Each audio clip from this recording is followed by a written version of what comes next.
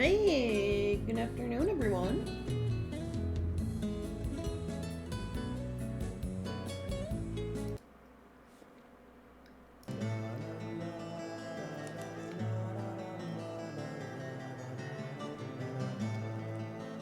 Hope you guys are ready for more deadly premonition.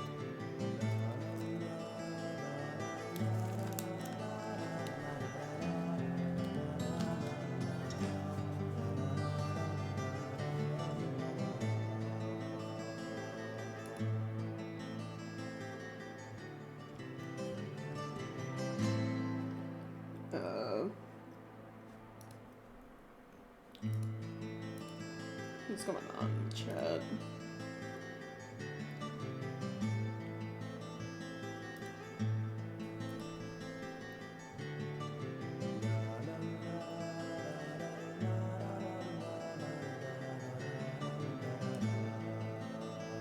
Yeah, I deactivated. Apparently, Siri bot's broken.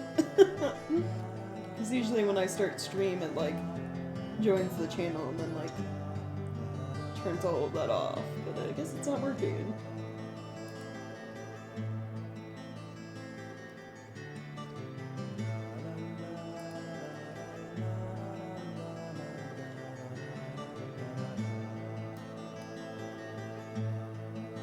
I'll have to check on that later, I guess. But hey! Welcome, everyone. Just wanted to say thank you for the over 50 subscribers now over on YouTube. Yay! Woo! There's no sound effect, I'm sorry, with the confetti. I couldn't find a GIF that had the sound. But yeah, it's like combining, you know, the 50 subscribers on YouTube with like however many followers I have on Twitch, and now I'm like over 100. Thank you guys so much.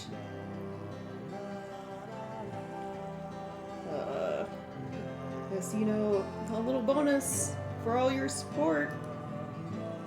I made a new outfit for, or I got a new outfit for VTuber model.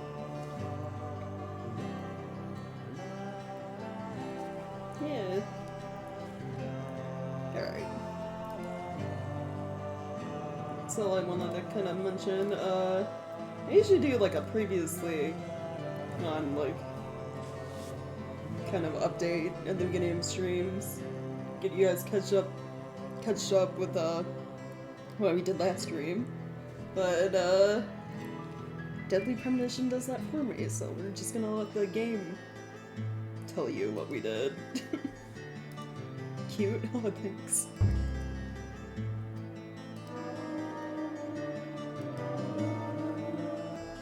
Previously during the investigation. These puppies are making me go to another town in the boondocks again. I didn't think you'd keep me waiting in the rain for so long. Welcome. I'm the sheriff, George Woodman. Call me George. There's definitely something in this town. Do you feel it, Zach? My coffee warned me about it. Alright.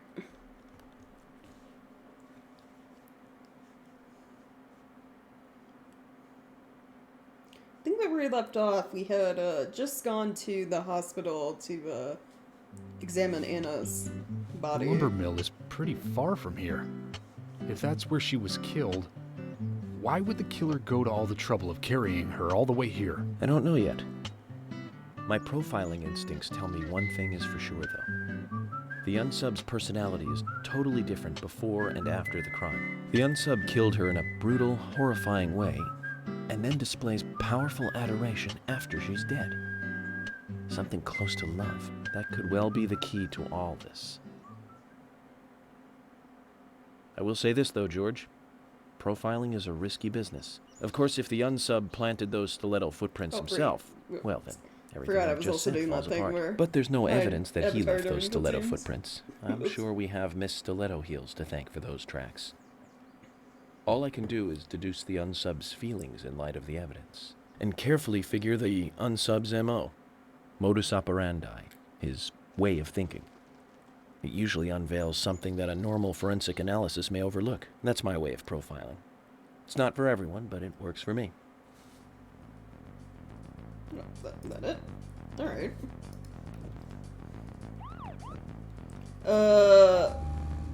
Right, I gotta remember, like, the controls. Where are we going now? Where's the monks go?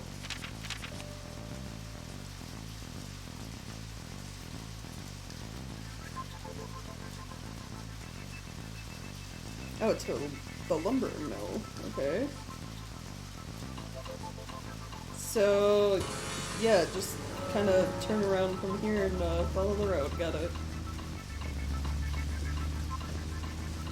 Siri bot has the flu? Wait, what? For real? How does, wait. How does an AI bot get the flu? When I first joined the force, this lumber mill was still in full swing. It closed up right when I first moved here. And now it's totally abandoned. I presume so. I've never really been inside, so I don't know for sure, but it sure is run down. Deserted buildings are perfect for criminal hideouts and activities. I keep telling Harry to have the place torn down. Probably a little late for that. After all, it's already been used as the site of Anna's murder. We don't know that for sure yet, Agent Morgan. But that's right from your point of view. But the perpetrator selected the lumber mill. Agent York, you seem very confident about this. Confident? No. Confidence is a sweet spot between being rude and hopeless. I'm just drawing natural conclusions from the facts that we have seen. That sounds exactly like being full of confidence, at least to me. And to normal people with common sense. Common sense can be the opposite of fact sometimes. Bear that in mind. Oh, I will, Agent York. Thank you for another pearl of wisdom. Either way, we'll know for sure by simply going to the lumber mill. So keep your pearls of wisdom to yourself, and let's hurry. Well said, George. Can you step on it, Agent York? I am stepping on it. This car only goes so fast. You know, I still need to be able to, like, turn reasonably without, like, crashing into, like, these hills. I'm already, like, all over the place on the road.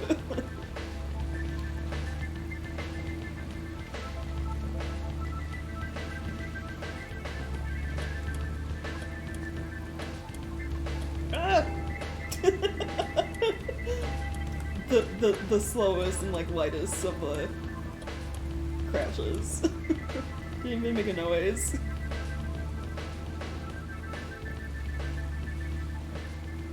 I think I'm still going the right way, right?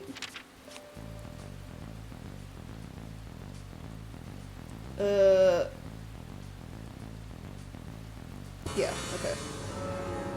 Let's follow this road around the lake or whatever.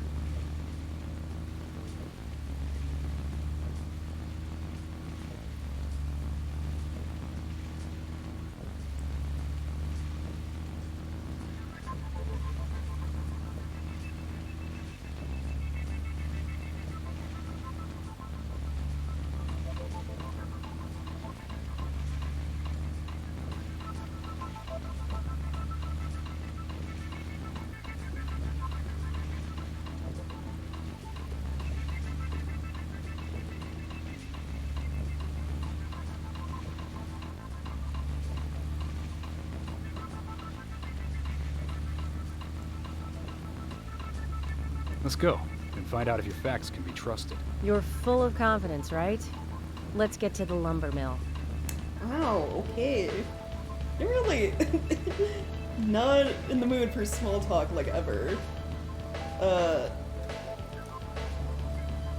was gonna say, do like I need to get out for that to raise, or will it do it itself?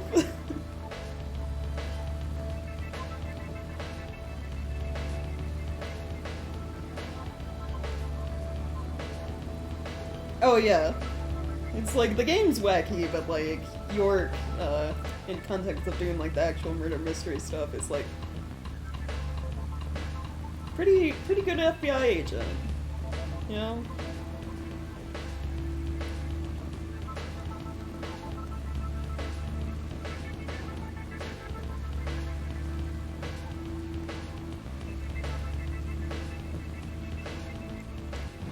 There we go.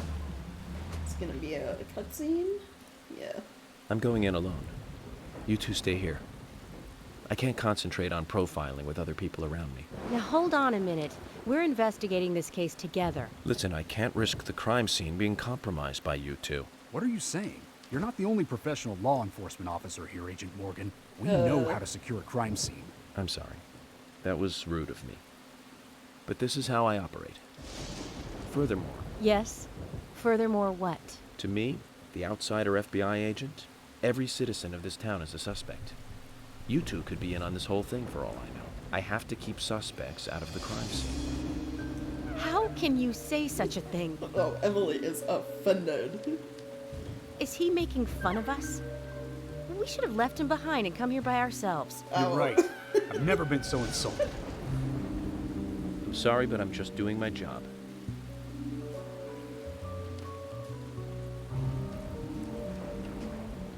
Right, yeah.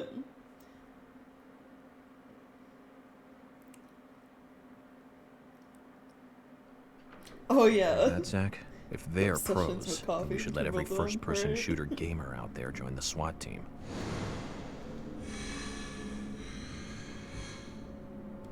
Zach, they're here. Of course they are.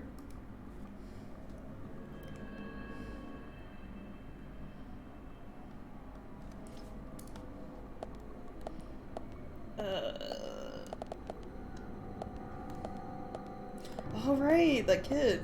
I forgot. I completely forgot of the starting segment of this game where that small child taught me how to hold my breath to like hide from the monster people.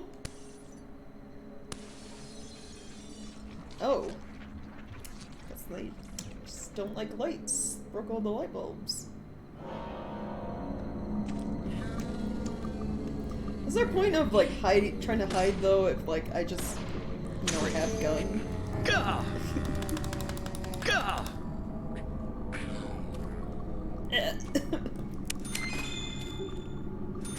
Lord, get up. Amazing. Bullseye.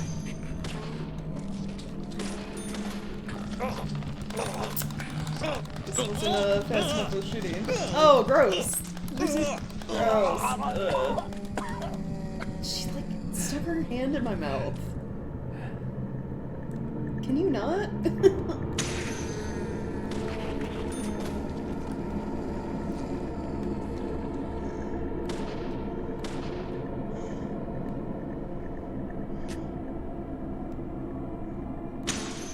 Bullseye. Alright. Took a little bit of damage there. Use... yeah, the band-aids. There we go. Why would they do that? I don't know.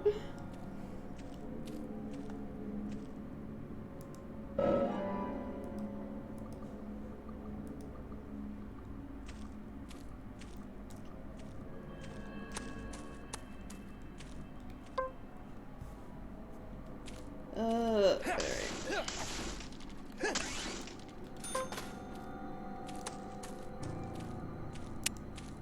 Do I really honestly need the flashlight on? Like, this game is so bright. Like, it feels pointless. Like, I guess it's nice they give it to you, but there's not really, like, any, like, actual dark places.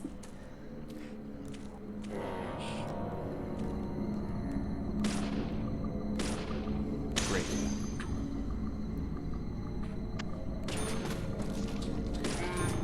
Amazing.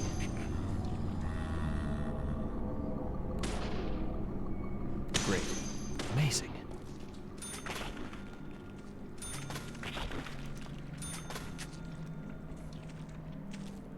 Okay.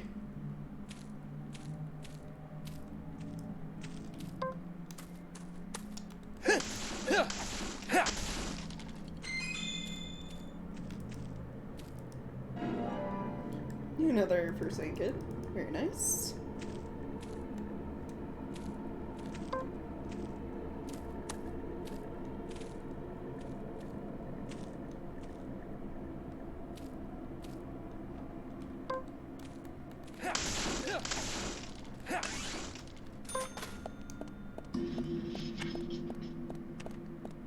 Oh. Yeah, the dude with the axe. We saw him, like, very briefly, like, in the start of the game. Had that, QT to dodge his attack, and then he waggled his finger at me.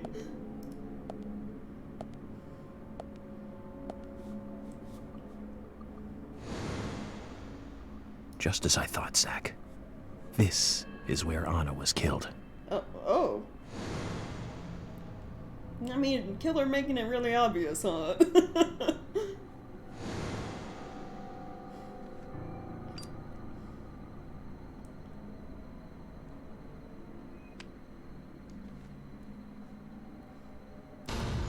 Oh yeah, no. 230 shadows and potentially leaving the brightness up, yeah. No, this game has like the opposite problem. It's just like always bright, even when you're supposed to be like in a dark ass room. Come here.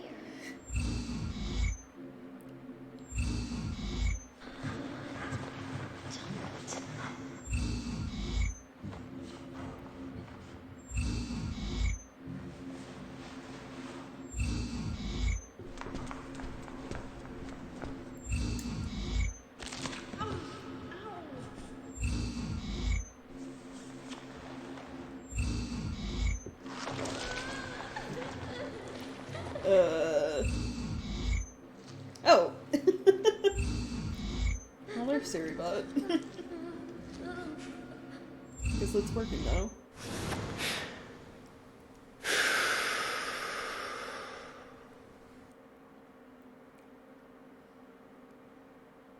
Too much noise. We're still missing a vital piece of the puzzle.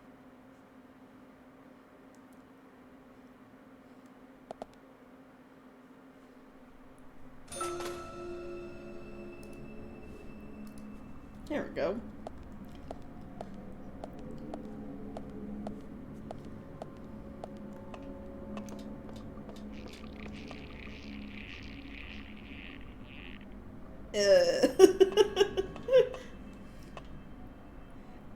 Sorry, a submachine gun? What? Sure? Why is this here?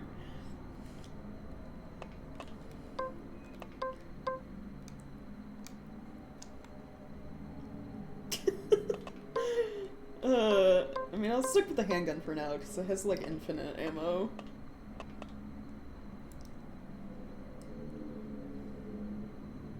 Zack, it's almost like an altar. Was the murder some kind of ritual?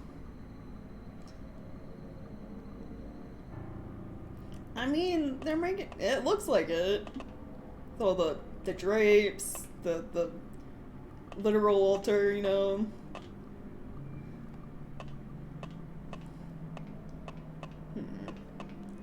Can't go that way yet. Okay. So there's down here where some enemies are probably gonna pop out. And come out of like these black spots on the ground.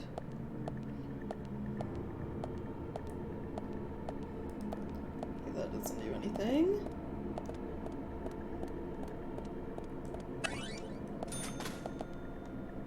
It's stronger than the normal 9mm setup, yeah.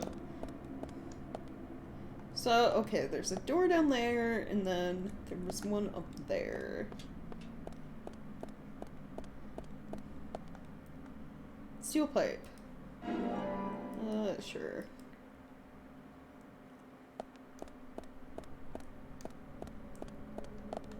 Wait, there's multiple. I could just, like, keep taking steel pipes. Look at them all. Just have, like, hundreds of them in my inventory or something. Like, jeez. Oh, engine room. Is the door open? Locked, need a key. Okay. Also, can I use this ladder? Oh, I can. Nice.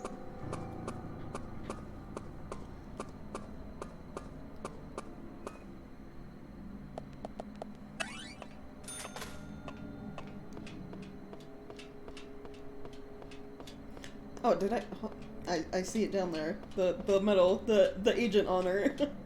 I guess, did I miss this one? Guess I did. Here we go. I'm still not sure exactly what those do. I assume it like affects the amount of money you earn per chapter or little mission, but not entirely sure.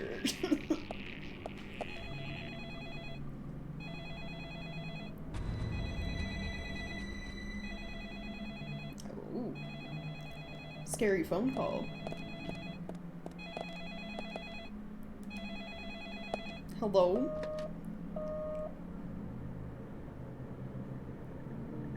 Where are you hiding?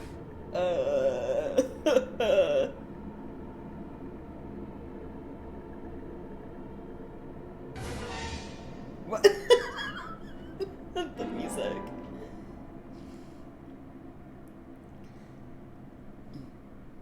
Yay, I've got a clue.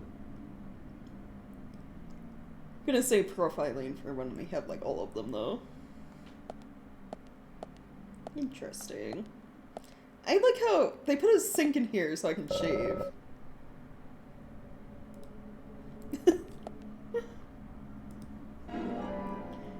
And also my suitcase to change clothes is here too, for whatever reason.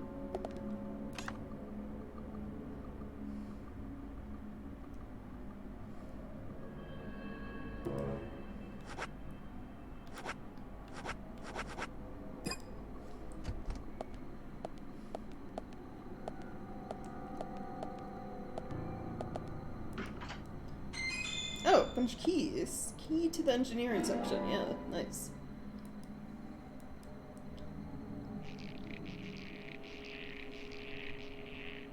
Was blocking the door with vines really necessary?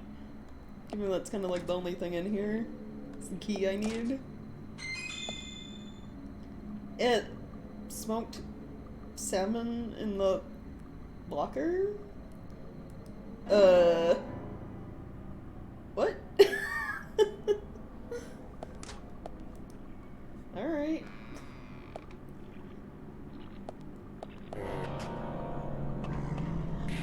Oh, you are like right there. Amazing. Bullseye.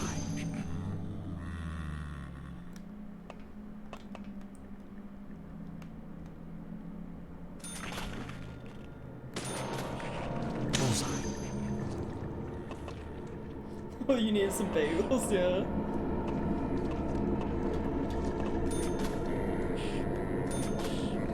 Great. Amazing. Great.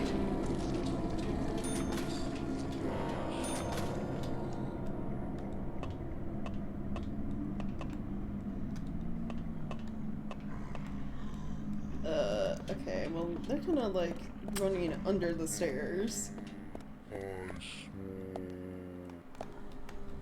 Bullseye.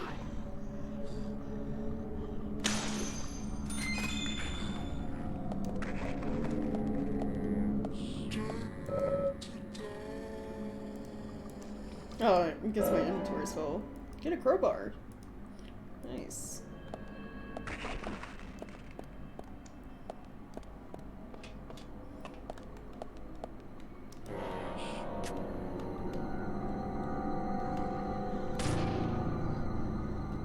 I like the little, like, shimmy, like, sidewalk they do when they're, like, holding weapons and blocking.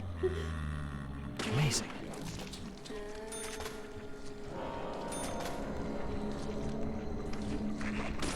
Yes.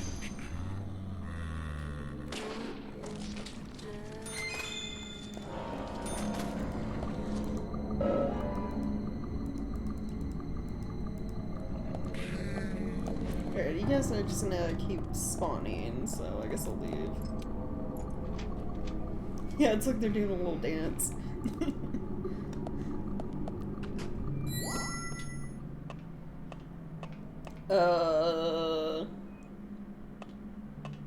Is that supposed to be water? Won't budge without a good whacking. Alright.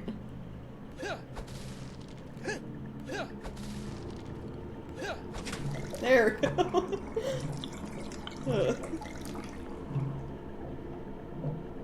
Okay then.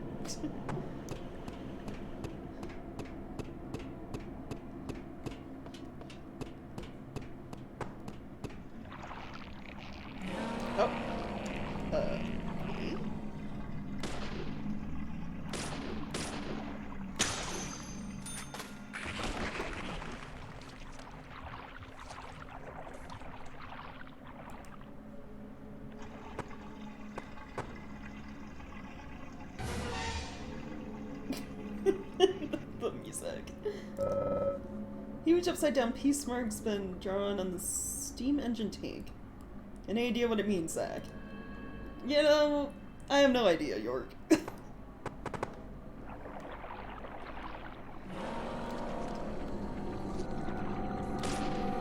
shot.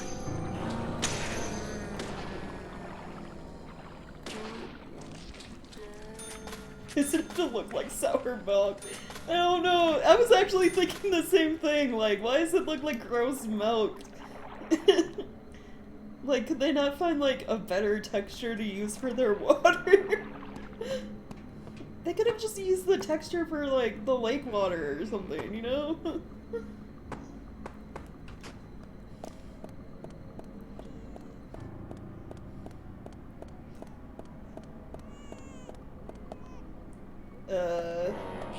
Babies?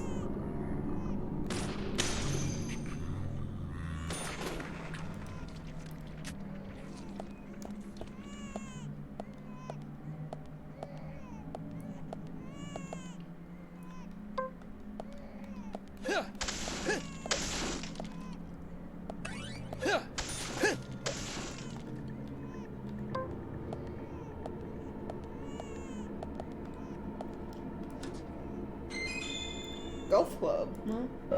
I like it on the toolbox, because I don't have an inventory space.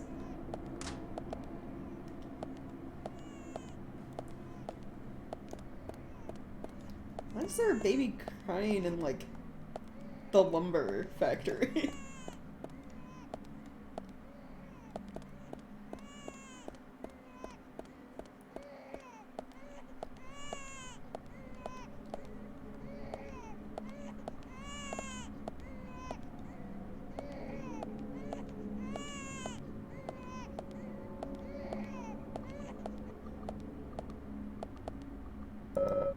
It's full of murky water, sicky blackish red color. That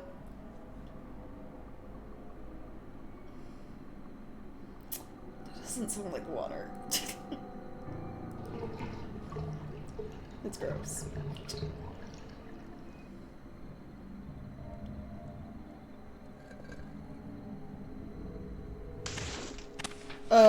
What?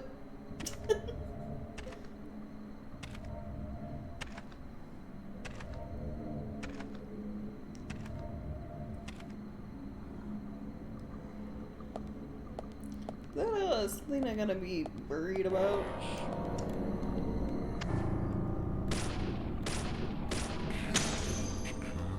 Great.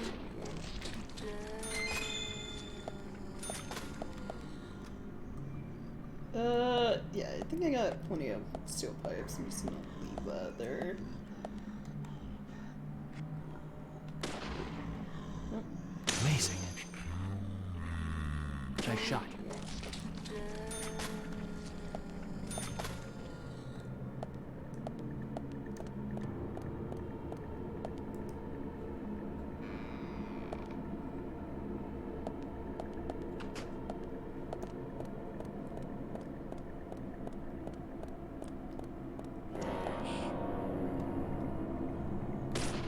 Nice shot.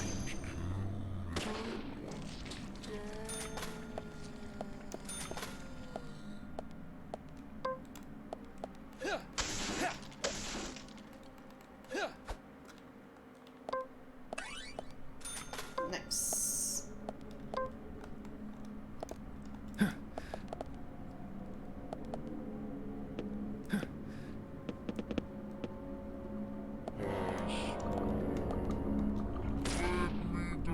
Amazing.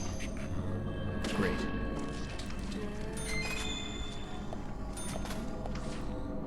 What is this? Another crowbar? Oh, there's a dude behind me. Kinda came in as soon as I picked that up.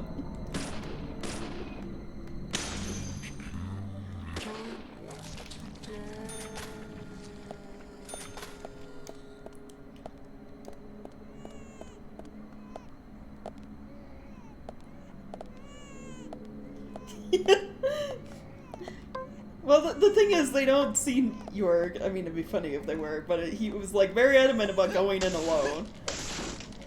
But no, it's like they feel like York's taking too long, so they go on the lumber mill, and he's just like, yeah, he's just standing there saying things like amazing.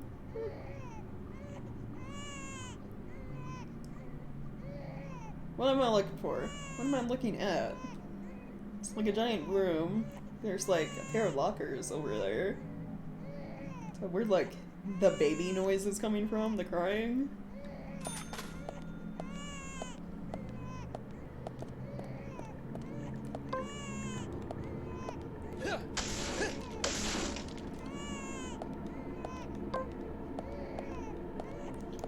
Can't go that way because of the vines.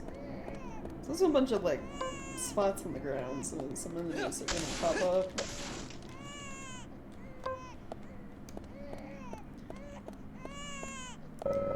Baby's crying inside. It looks like we could open it. That is not a baby.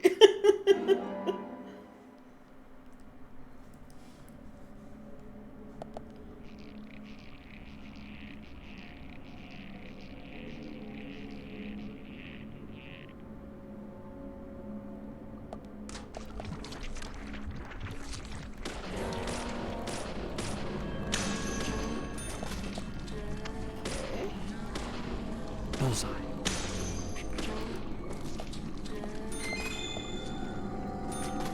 Bullseye.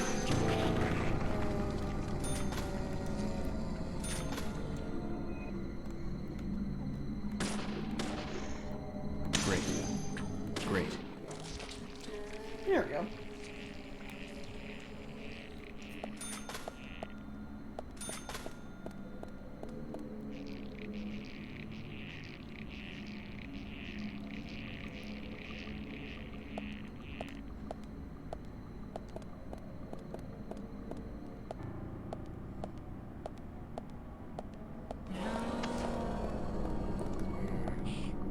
Great. Nice shot. Yes.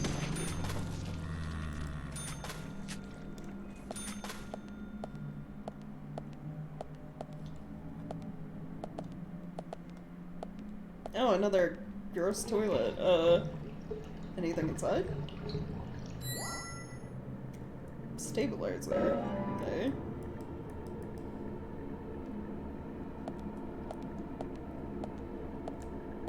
Let me check this one. Oh, that one's normal. What about this one? Medium first aid kit. Nice. Okay.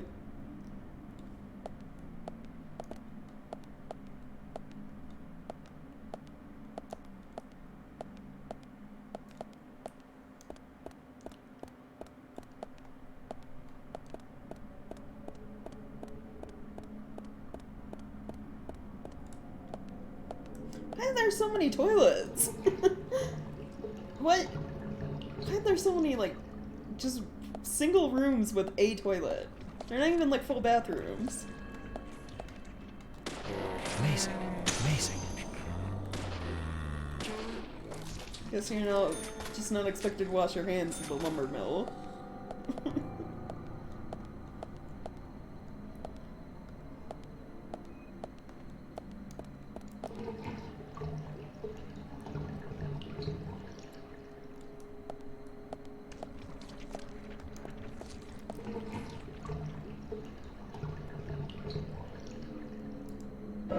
And a flare. Okay.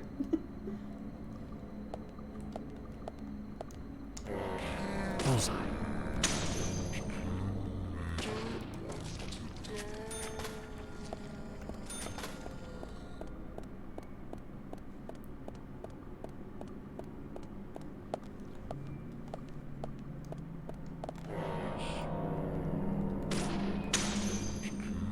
Amazing.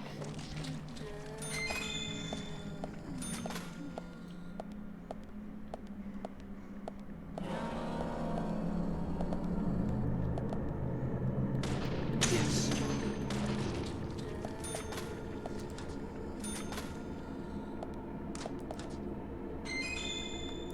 Okay, coffee.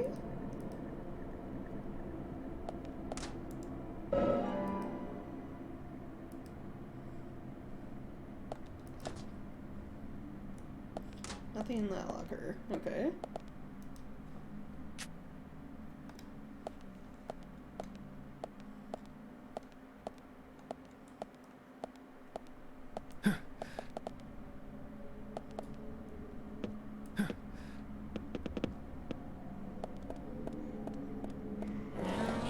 Whoa!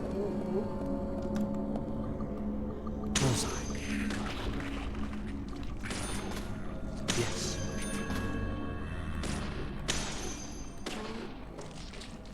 Great.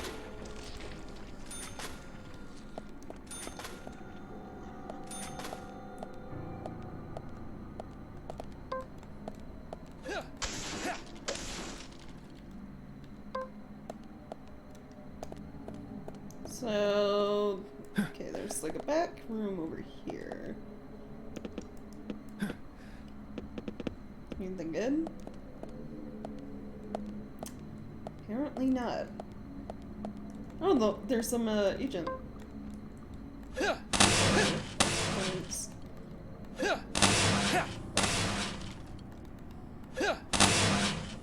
Okay, hitting these with the pipe really isn't doing much. Do I like shoot him? Apparently those barrels are exploding barrels. And like every other game, they're like red. Non-deadly premonition, apparently.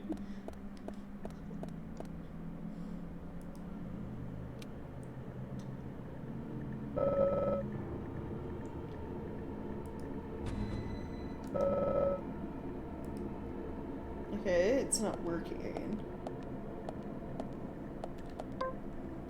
Oh, I go back here. Okay.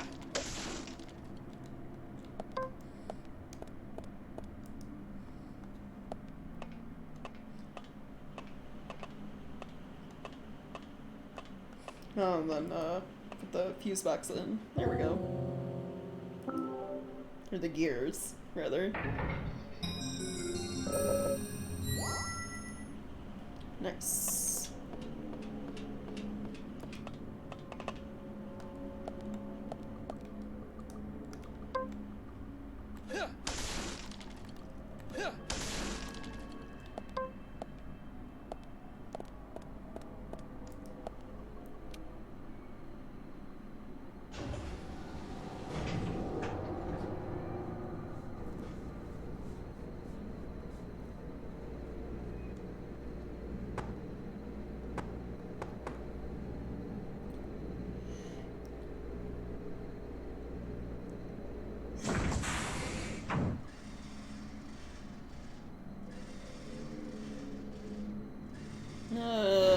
What's going on?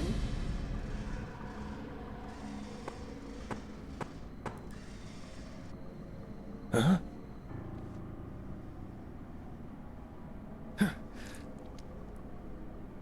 Oh, why is it making like a squishy noise?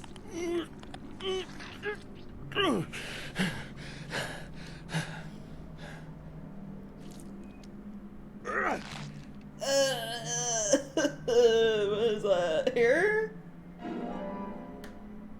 Hair?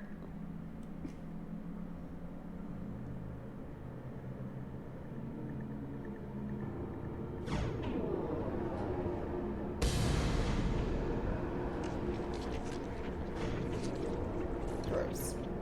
Yeah, also why? Yeah.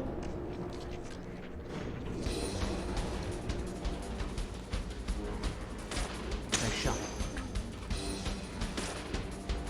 Bullseye. Nice shot.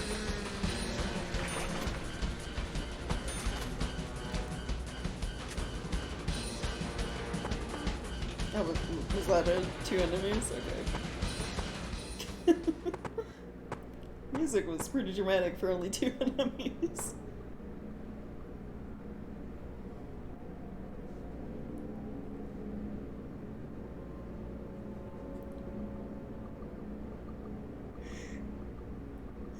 Ugh, I cannot like stop yawning, jeez. I don't even feel that tired.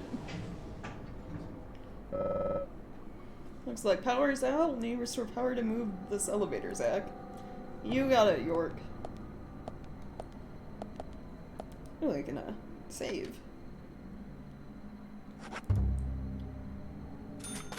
Nice. So this door isn't locked, so we can just go that way.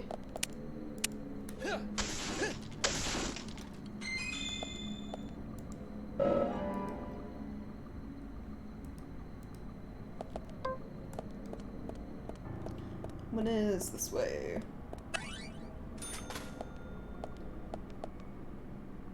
I know. Okay.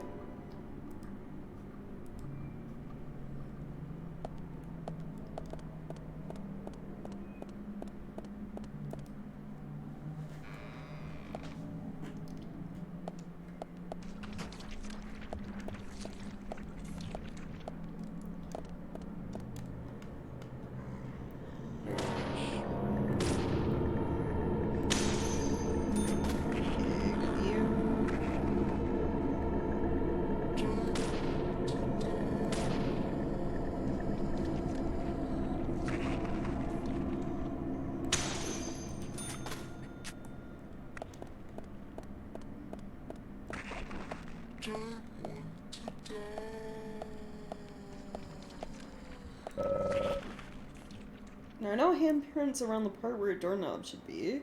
Somewhat weird design, it seems. So I need to find a doorknob for the weird hand tree door? Like, alright.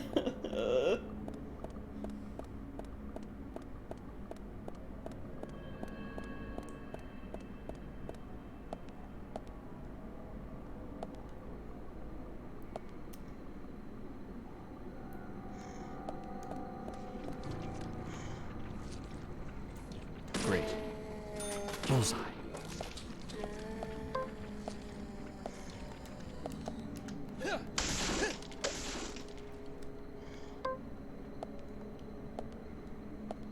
Okay, before I go any further, is there anything in this room? That might be good.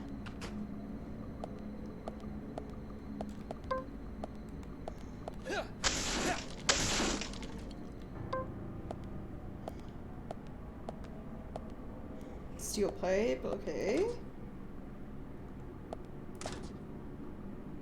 And nothing else. Nothing in the lockers, apparently. Alright.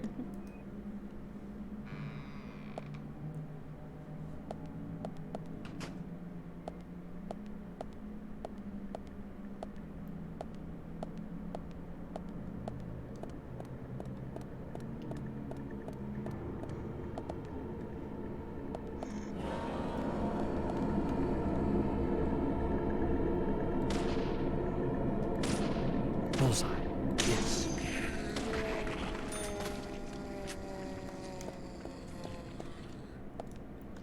And then these open. Oh, I just noticed, like, all the bloody handprints everywhere. Huh.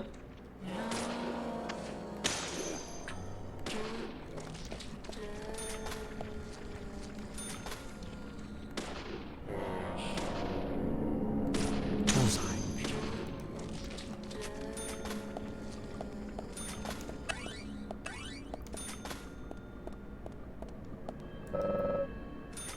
Oh, padlock. There we go. It was hard to, yeah, I guess. Oh.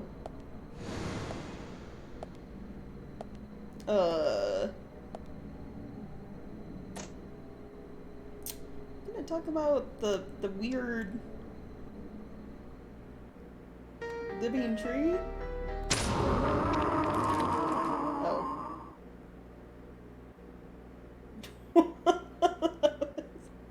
Extremely easy.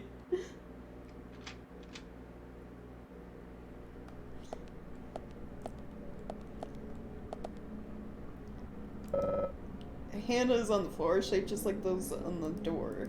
So it's a hand-shaped doorknob. Okay.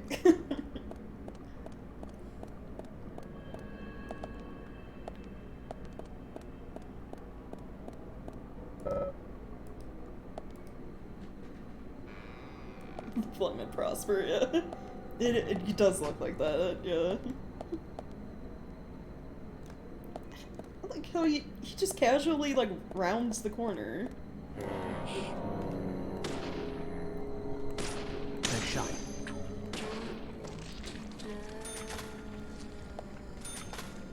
Okay, now...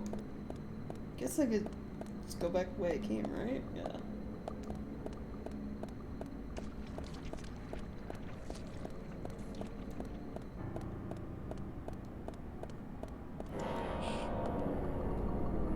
Bullseye.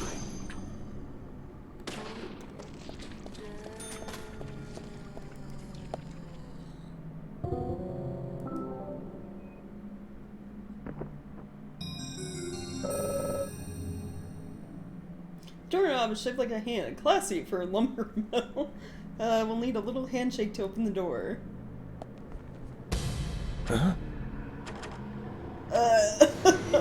It's more than a handshake. Oh!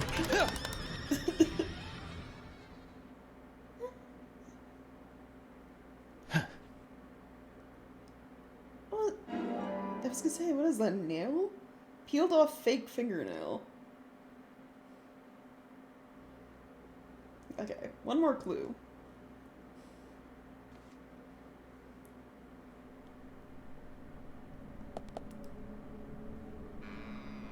Yeah, Classy's the first word that comes to me mind here. Yeah, we're like weird. Yeah, definitely weird.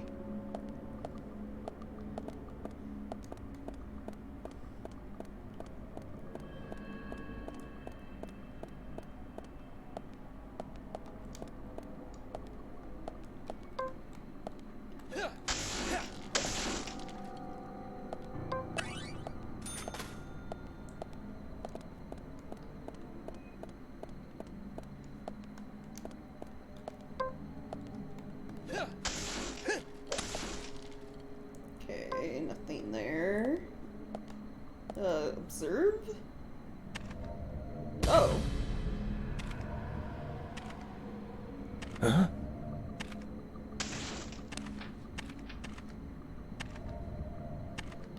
Okay.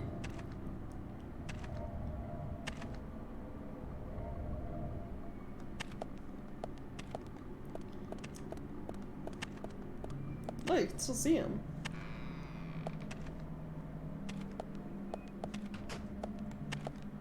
What happens if I...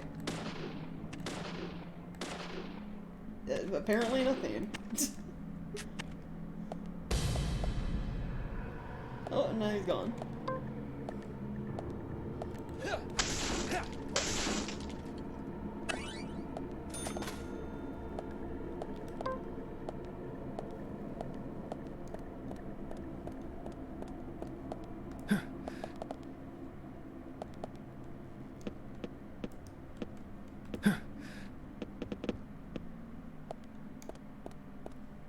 What is this? Coffee with milk. Okay.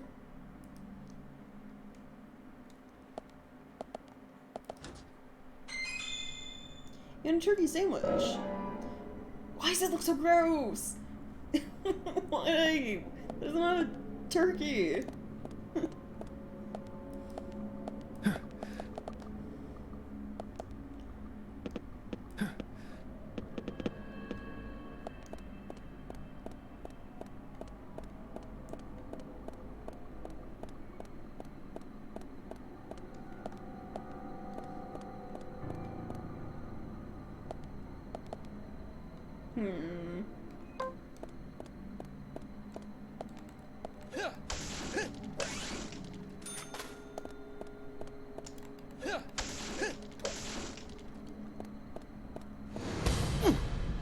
Oh,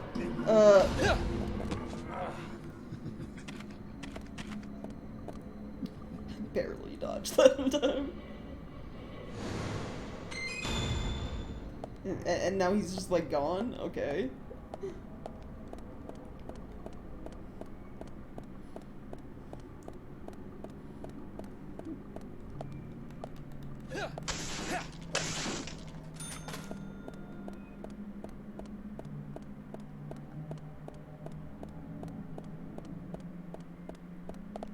This lumber mill is kind of a maze. Like,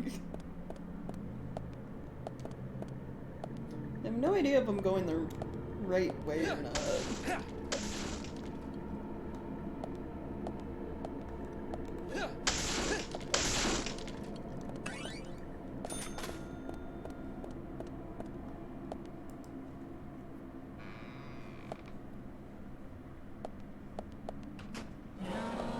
It was just like the little finger waggle.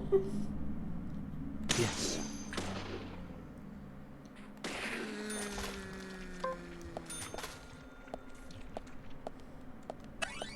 Like I'm being lectured for dodging his attacks for whatever reason.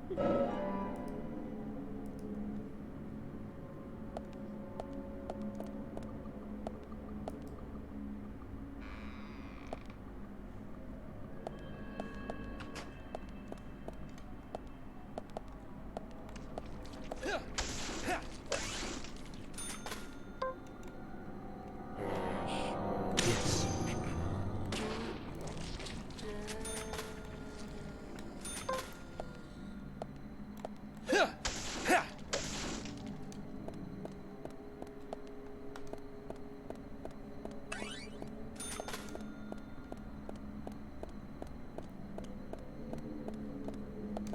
Okay, I've got all that.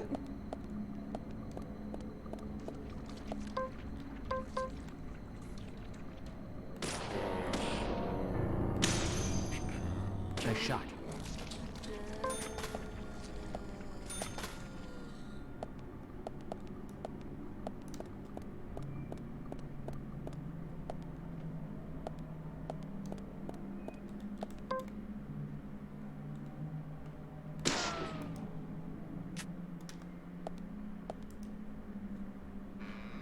I assume, you know, this is where we go. It's locked. Right? Yeah. Nice shot.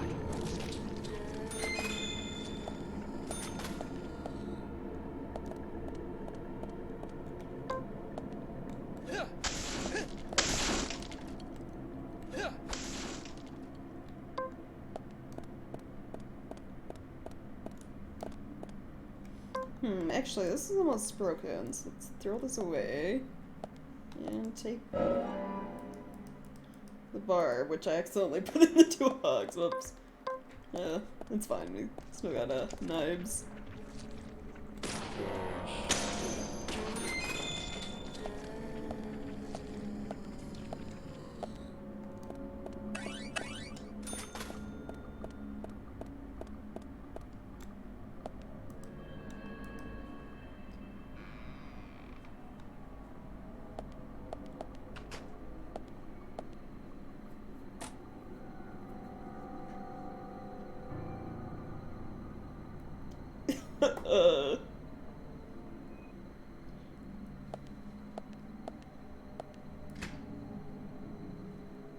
Now here we go, I can manage my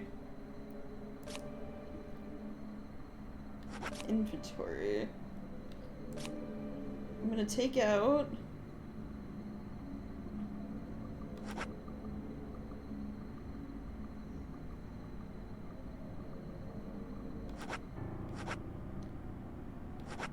I guess the golf club?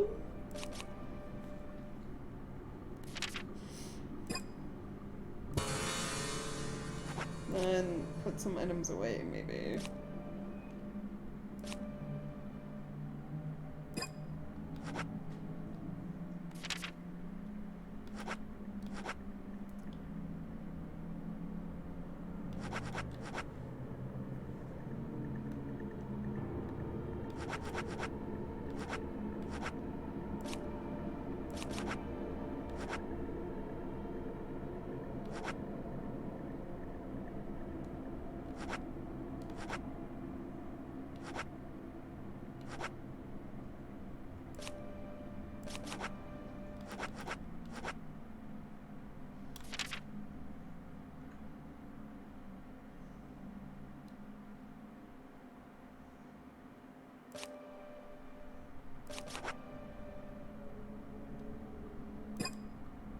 Apparently you can only hold like 4 weapons at a time, okay. be less scary without infinite ammo, right? Yeah.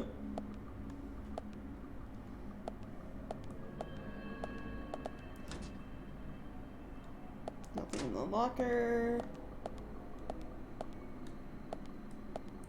I think that's it.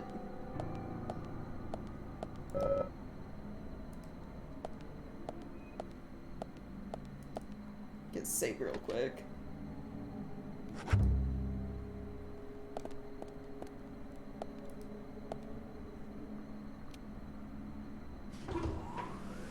Ah, there we go. Guess we were turning power back on.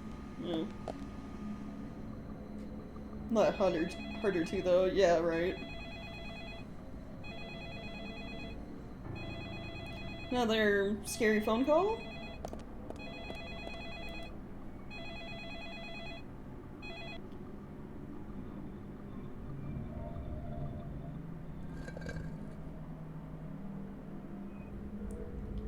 I see you.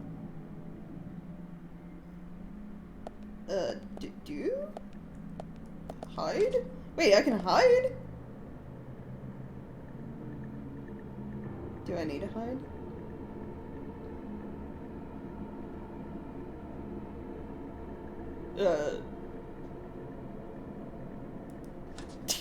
Wait.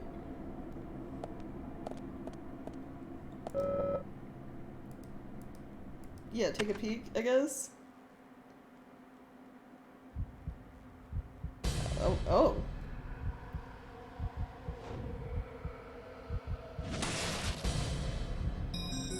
Oh, now I hide? There we go.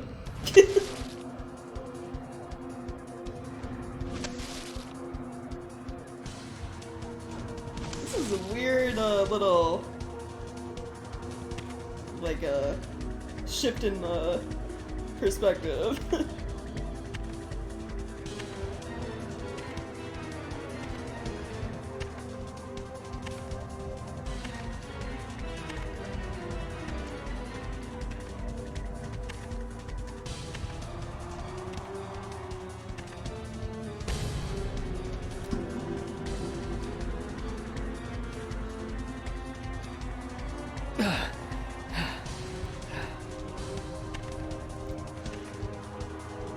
Oh, I guess I should hold my breath when he gets close to, like, my locker?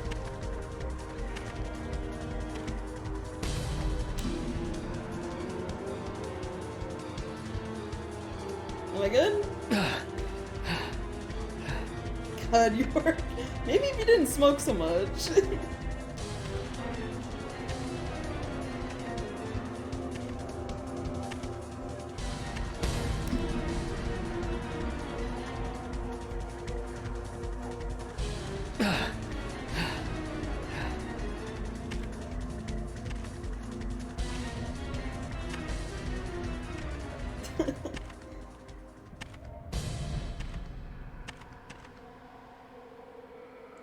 Oh, he actually, like, checks hiding spots. Huh.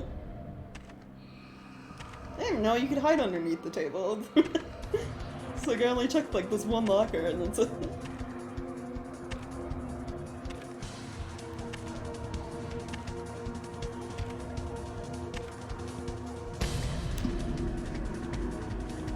I'm supposed to, like, hold my breath, like, every time.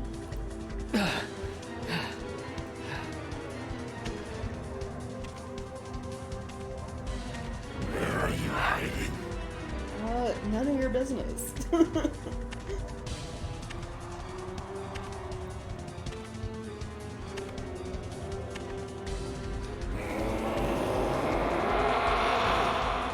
did we do it?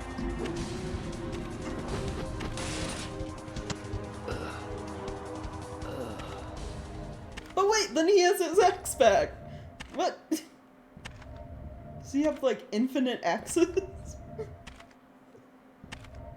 The TV. I guess we did it.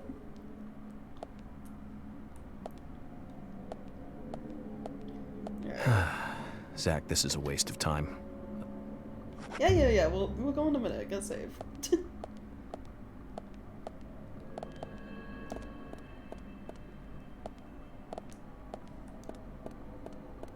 So now I want to get back to the elevator? Yeah? Yeah.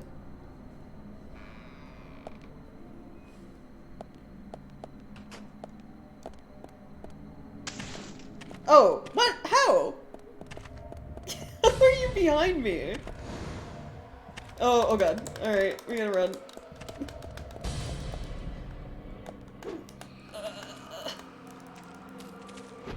Oh! Did I evade it? I think I did. This sequence.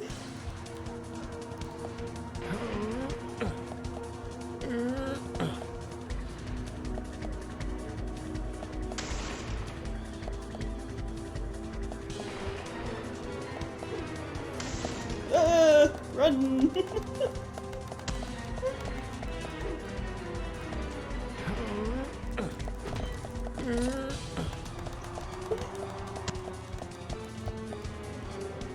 I just realized, I can't pause, but, if you're wondering what's going down, you can kind of see it. Only blocking it a little bit, but, like the killer's perspective in the bottom right.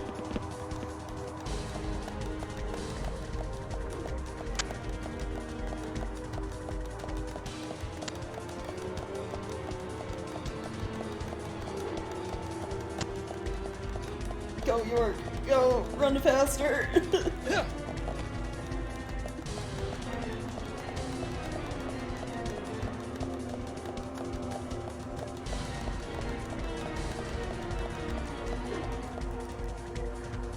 Oh, excuse me, sir,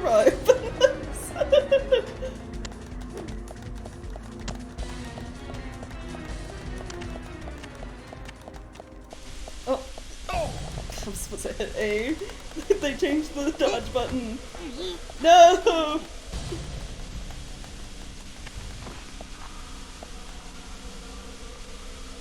Oh.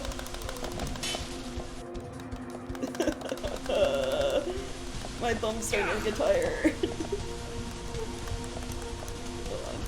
Use my other fingers.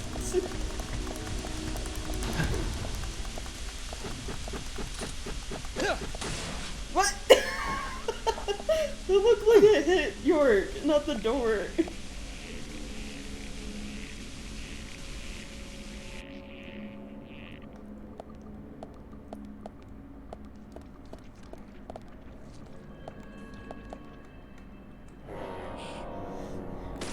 Amazing.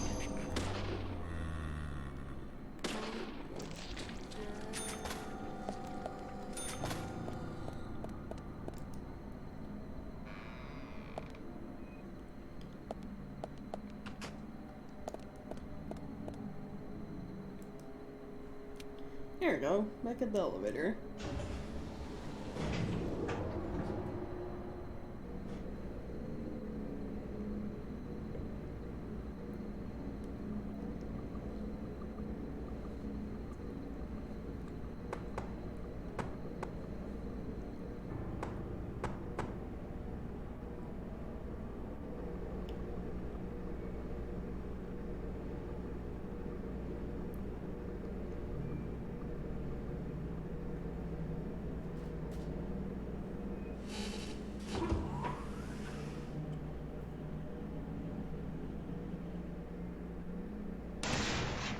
Oh.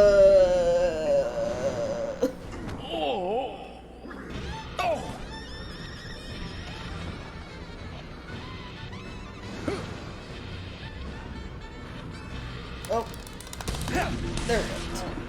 Jeez. Oh, fuck! It was X! No! Investigation failure! Oh god.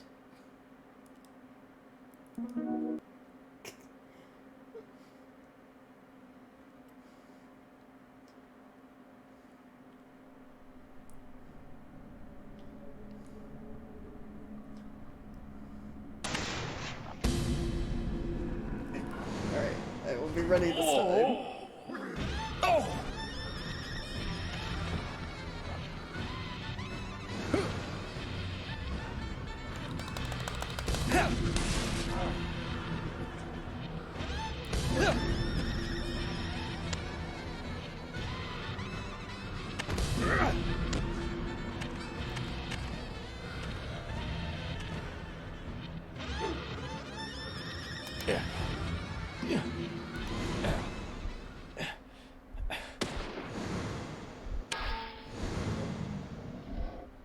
Wait, what? Oh, I just I guess I hit the button to send him up the elevator.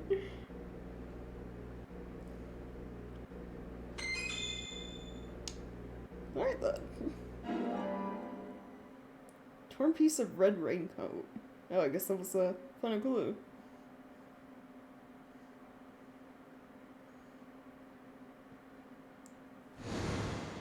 Yeah, I guess I shot the button. Yeah, start profiling.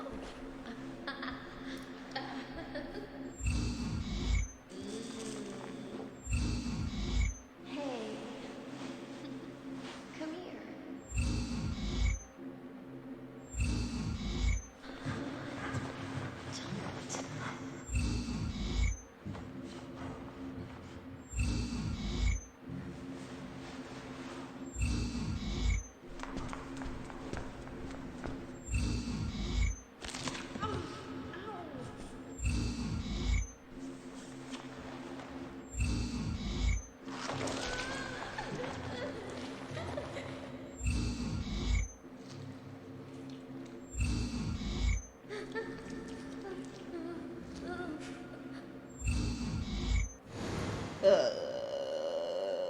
Okay. That's all the information we need, Zach. Let's go back and show them what we found. Yeah, but what exactly did we find?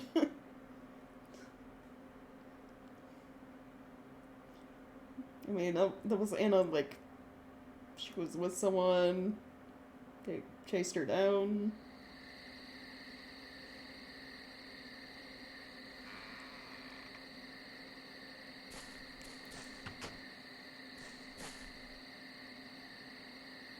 How long were we in there that it's not like nighttime?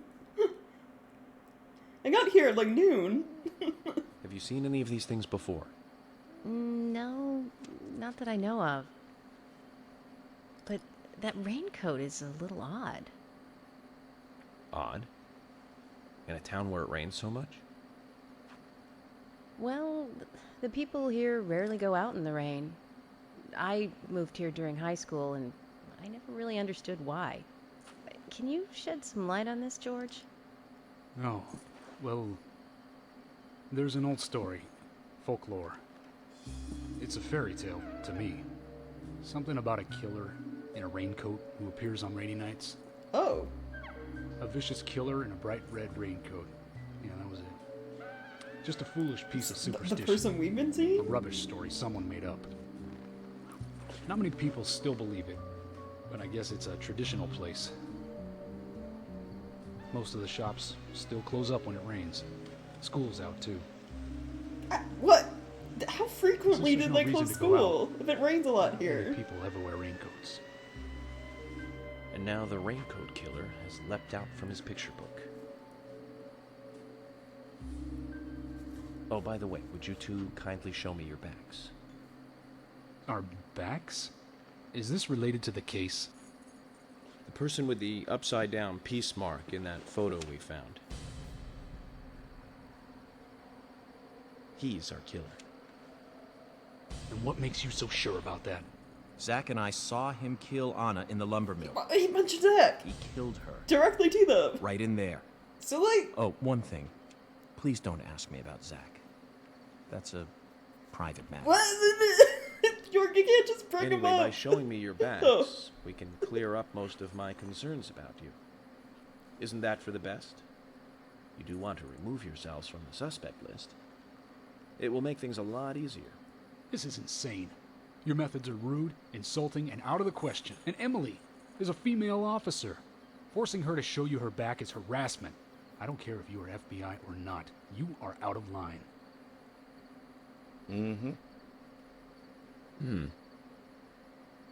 George, it's okay.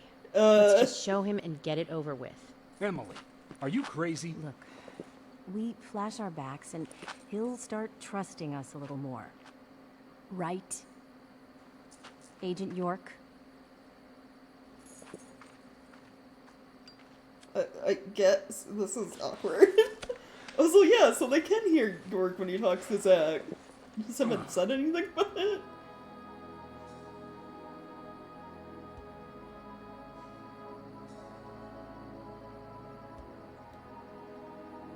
Are you satisfied now?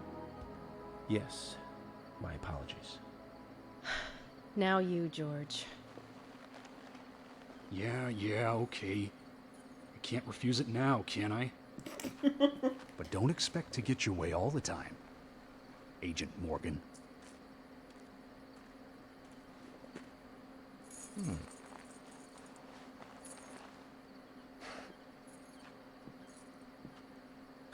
George. Oh, damn. What are these scars? Just like your Mr. Zack. Something private. I don't have to tell you about it. Of course. Just like Zack. We can understand that, right, Zack? Yes. Anyway, this will make things a lot easier from now on. I'm glad to say you're both pretty much off the hook.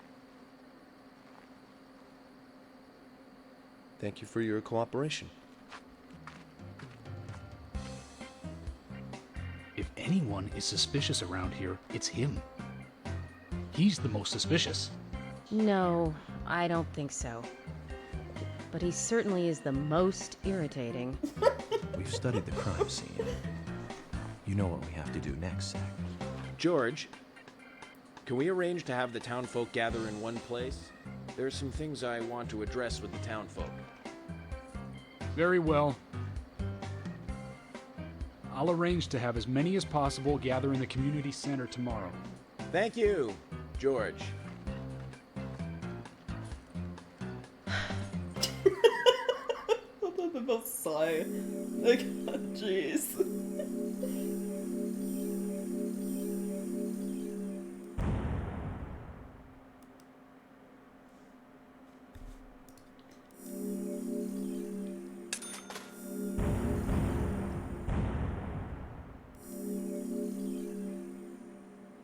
That was wild, yeah. Okay, save again. Welcome back, everyone. Thomas. Agent Morgan, it's past 2100. Let's meet up again at the community center tomorrow. I haven't been sleeping much since this all started, to be honest. I'm exhausted. I was just about to suggest the same thing. I'll make arrangements for people to gather between 1500 and 1700. I'll try and get as many people as I can to come, so don't be late, okay? Don't be late. I'll be I there. got it. Don't be late. The community center's on the south side. I've marked it on your map. Thanks, Thomas. Well then, see you tomorrow.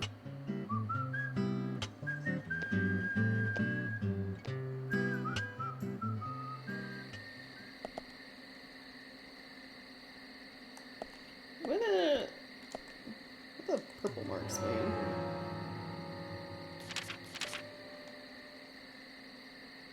Oh, repeat other world event. Okay. Yeah, I don't think I really need to repeat those. There is a trading card though.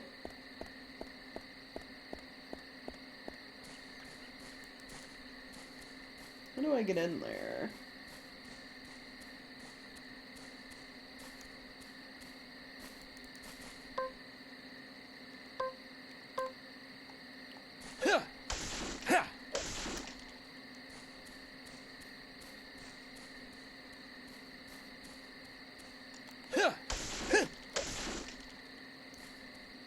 Did it get the music?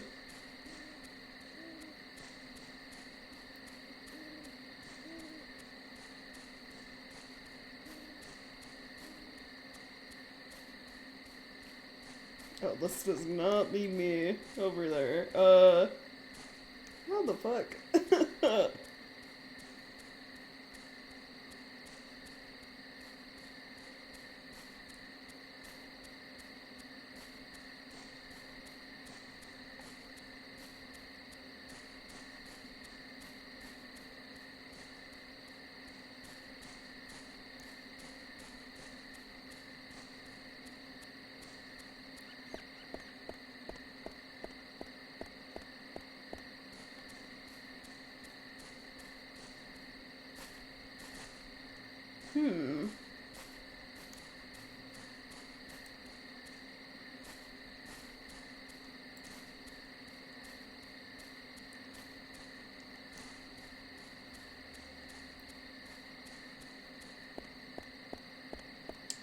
have no idea how to get in there to get to that. Can't, like, climb the fences.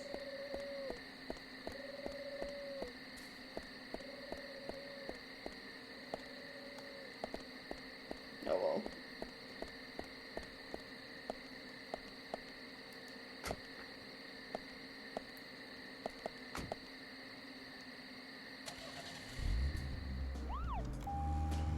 Alright, I think it wants me, for now, to go back to the hotel?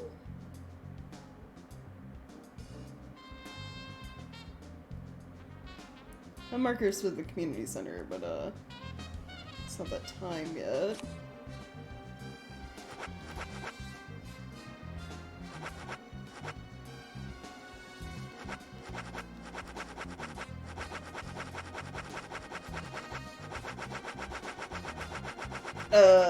Jeez, are there enough, like, side missions? There are 50 side missions.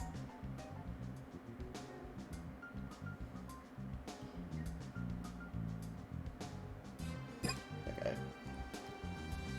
How do I get back to the hotel from where I am? They said... Oh yeah, it shows me at the bottom the time limit on the map, 15 to 17. So, between 3 and 5.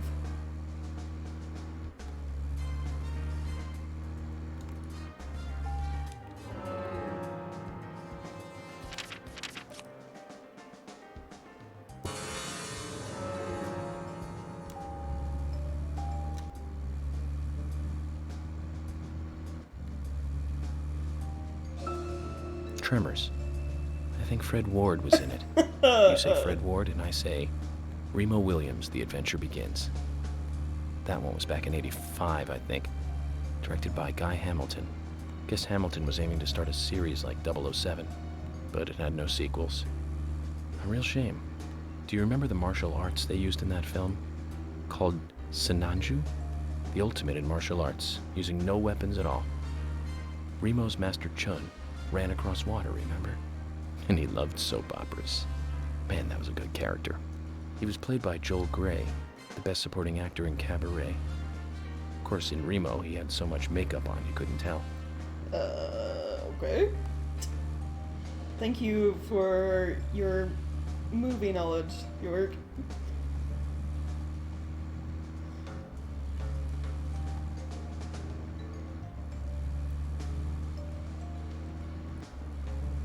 Like the little trivia facts here and there while you're driving.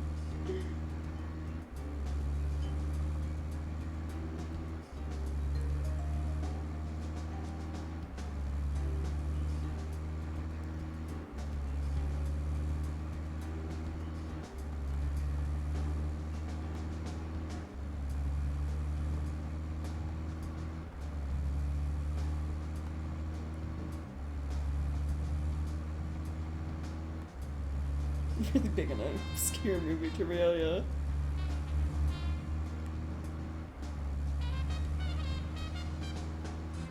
Alright, now I'm gonna look, at the map. Where do I go? I guess I wish I could zoom out even more. Where do I go to get to, like, the hotel?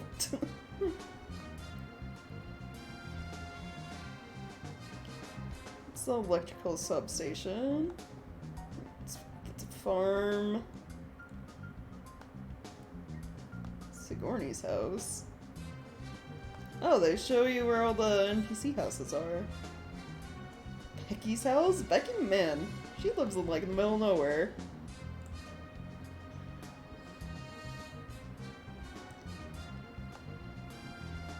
Muse's gallery, so the art gallery is out there. Emily's house. Swear 65 is like the bar. No barn. And up here.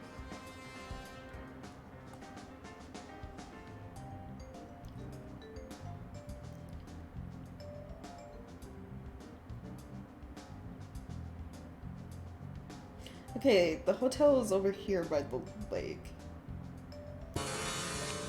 Where am I? I'm right here. So do I go through like this long ass tunnel?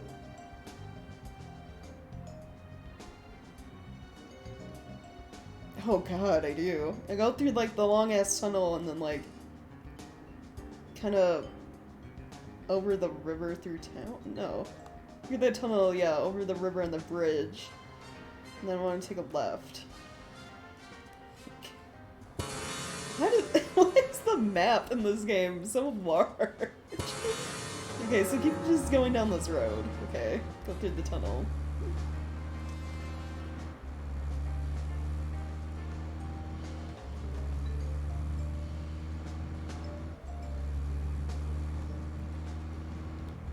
There was a... What button was headlights? Let's blinker. Oh, X. There we go. See, now I'm going through a tunnel.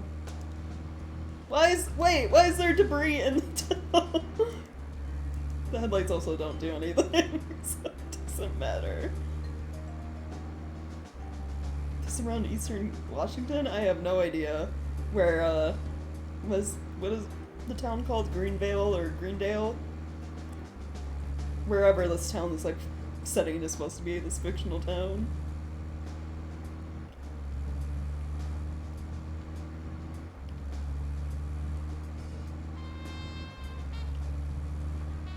Now, Joel Gray's daughter is, of course... That's right, Jennifer Gray. You knew that, right, Zach? Jennifer Gray. What? She's No? in one of my most favorite movies. Ferris Bueller's Day Off. 1986, directed by John Hughes. That one was so 80s. Zach, you're not the most cheerful guy I know. But you really do like those cheerful movies. We used to love those teenage movies back then, didn't we? Breakfast Club and Pretty in Pink, St. Elmo's Fire, and Fast Times at Ridgemont High. That last one was in 1982, directed by Amy Heckerling. Now that was an impressive film. You've got Sean Penn in the lead, with Jennifer Jason Leigh and Phoebe Cates. Not to mention Nicolas Cage and Forrest Whitaker were in it too. And the original book and the script were written by Cameron Crowe. How could that not be a great film?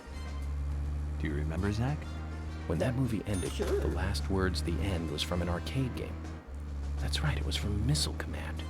That stuck in my head for a while. The memories. I feel like I have a lot of movies to catch up on.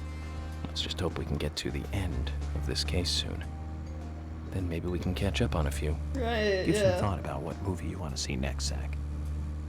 Okay.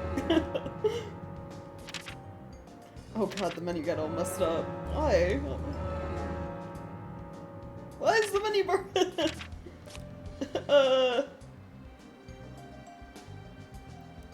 Actually, see, most of the movies you reference there, Okay, I wanna... Okay, at this road, take a right, and then a left. Right and then left.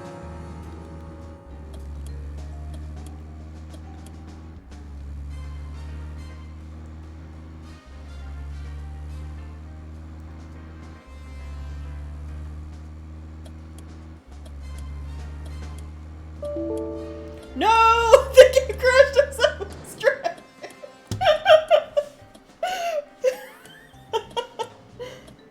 Oh shit, I'm gonna have to drive all the way fucking back to town. No! Oh. It's just like how the game crashed while I was driving and it made me crash the car.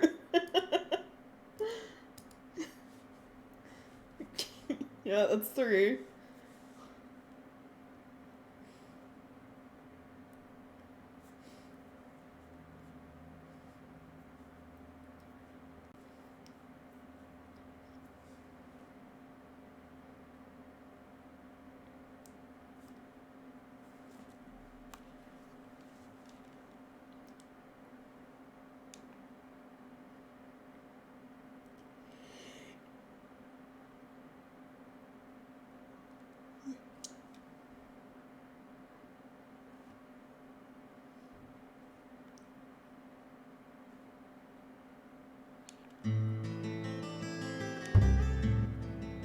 Alright.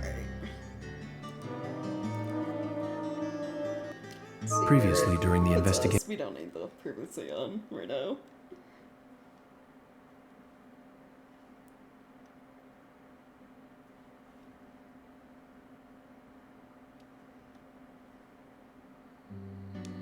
Okay, then we've already seen I'll make this, arrangements. So, skip.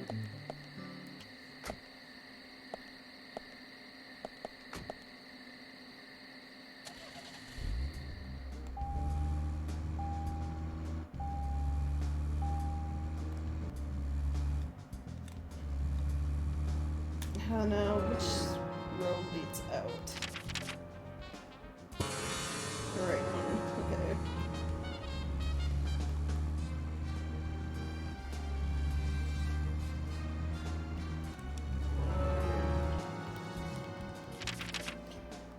I'm gonna go up and then, like, just follow the road, right? Yeah. Go through the tunnel, okay.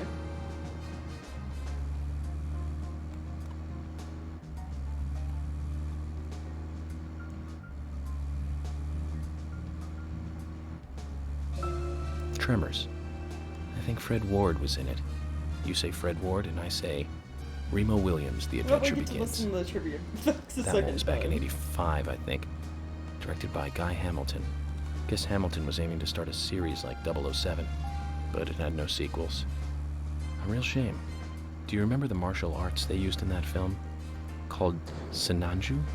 The ultimate in martial arts, using no weapons at all. Remo's master Chun ran across water, remember? And he loved soap operas. Man, that was a good character. He was played by Joel Grey, the best supporting actor in Cabaret. Of course, in Remo, he had so much makeup on you couldn't tell. Recurring cast members in those movies were known as the Brat Pack for a while.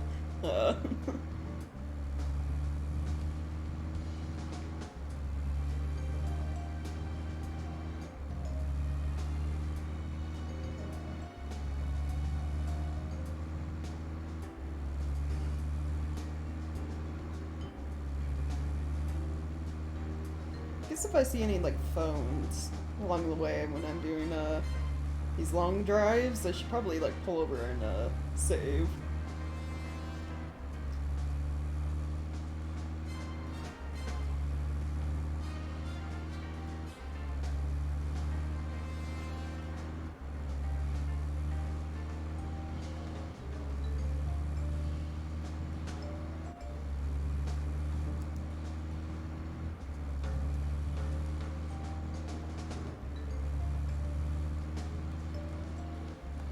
Oh, jeez.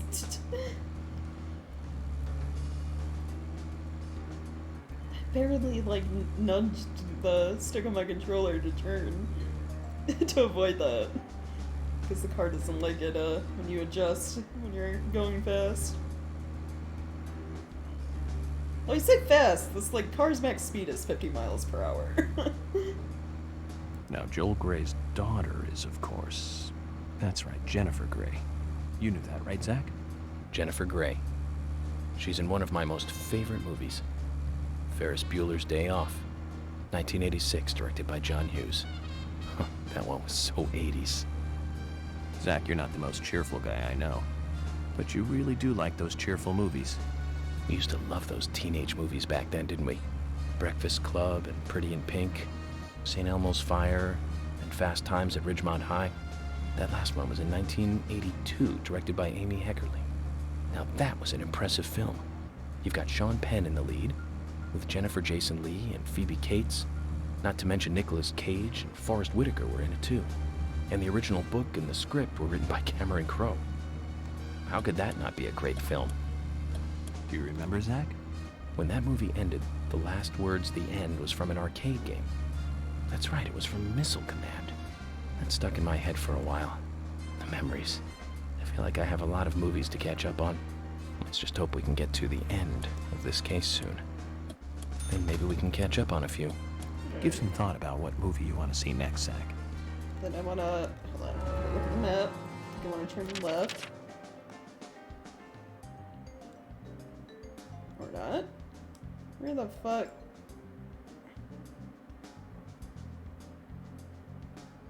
I'm trying to... Where is the fucking...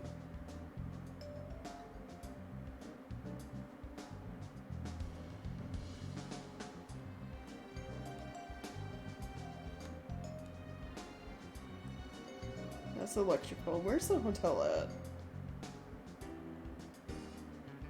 Community center.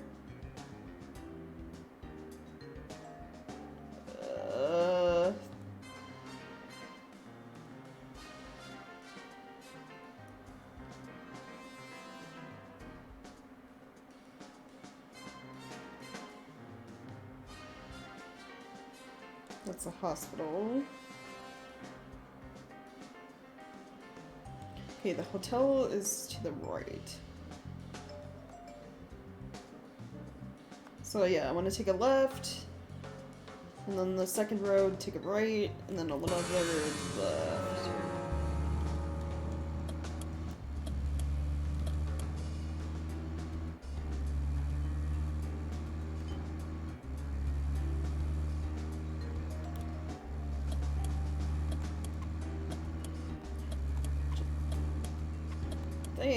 Oh, the bar's closed. I was gonna like, but is there a phone outside of it?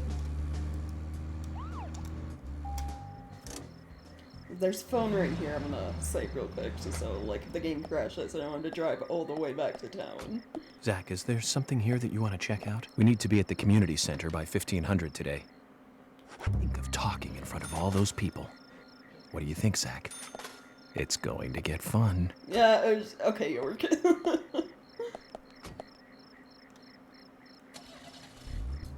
Here we go.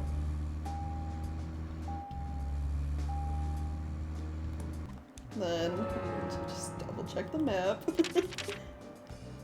Left. And then, right.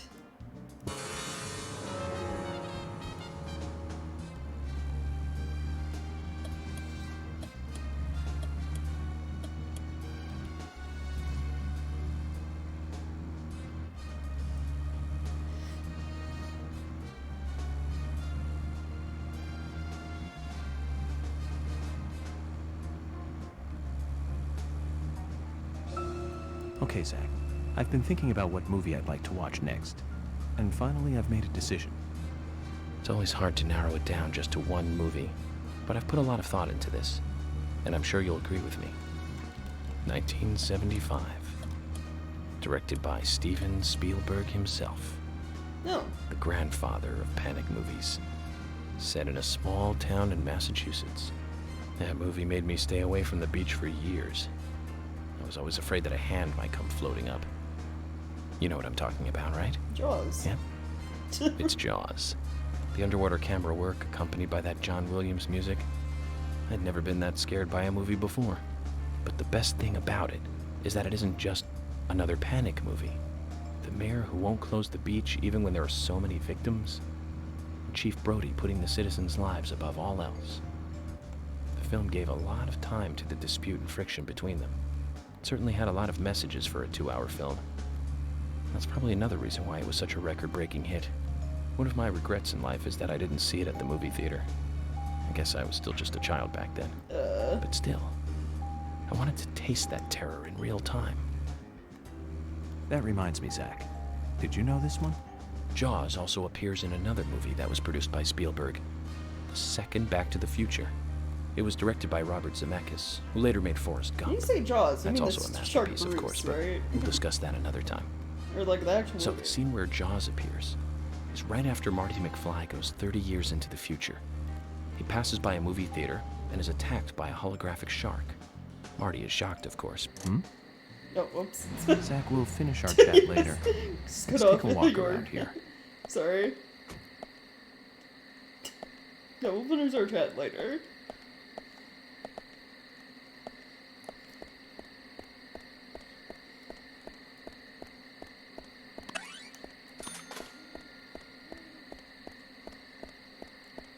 I don't know, I was looking like for I don't know why. For some reason I thought there was like a gas pump to like refill the car at the hotel. Which obviously isn't the case. I also noticed there was like other police cars here, so I'll probably just take one of those. So I don't run out of gas.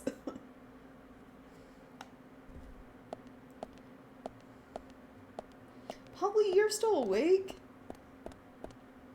But it's late. Man, talk about dedication, considering, you know, she and I are the only people in this hotel.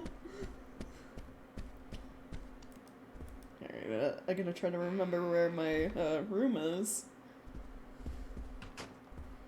This is the cafeteria, so definitely not here.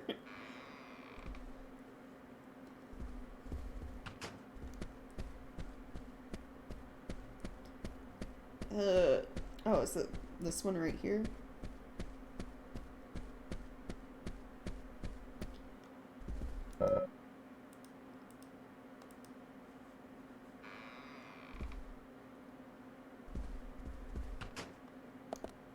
Yeah, yeah. All my clothes are in here. Looks like it's getting dirty. Okay, so I want to switch to like one of my other shirts then, or suits.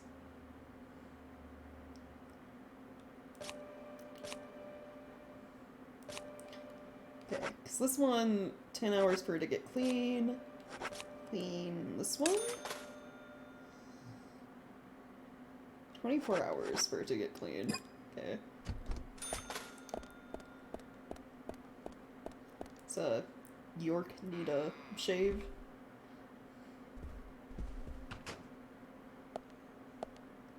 Oh yeah, yeah, Bruce had like a lot of issues when they came to like trying to get it to work in the water and everything.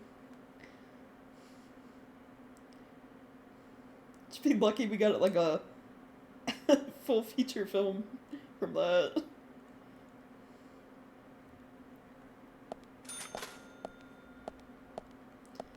I'm trying to remember, was it Jaws or Jaws 2 where like they had footage of like actual great white as well?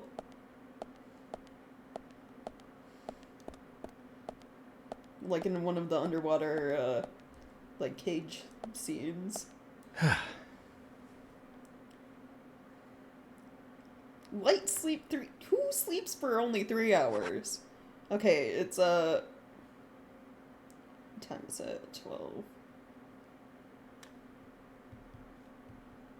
It's like 9. If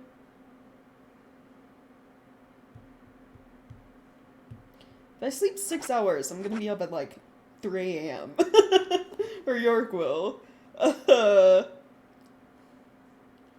This will be like 6.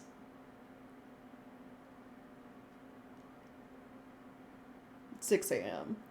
So yeah, deep sleep, York. You deserve some rest. It might have been the first, because the one dude on the boat with them goes down in the cage, right? At some point, and then it's like the cage breaks off from the boat, like the wire attaching it, and you think he's dead, but then he like pops up then in the movie. I think I'm remembering that correct. It's been a while since I watched Jaws. Yeah, then it was probably the first.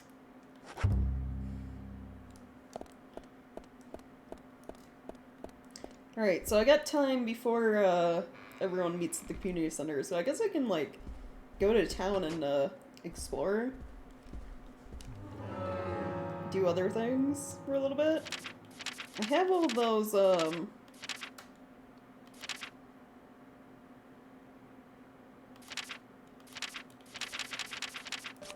yeah, look at them from the map. I have all these, like, side missions.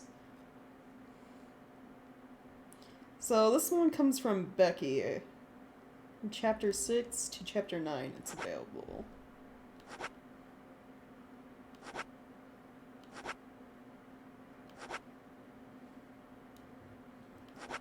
Let me see, I haven't, like, somehow missed any yet, have I?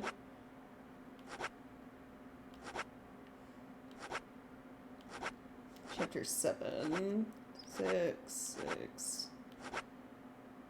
Chapter 26? Bro, how many chapters are in this game? 2 to 4 or 6 through 9.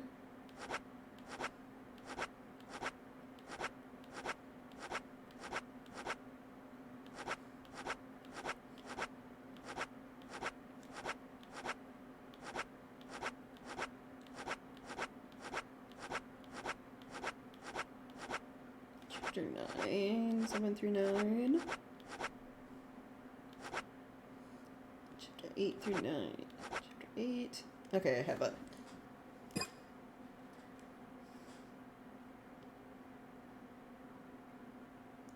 Terrorized on set by sometimes John Robert Shaw.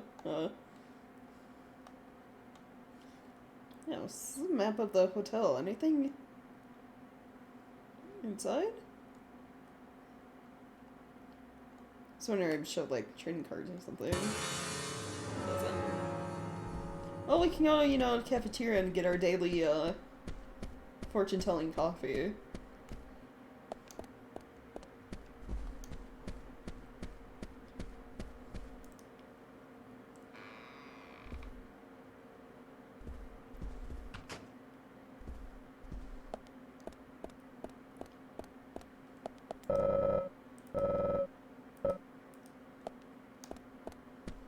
Okay. Same meals is served like buffet style, but can we like actually sit down and eat? Doesn't seem like it.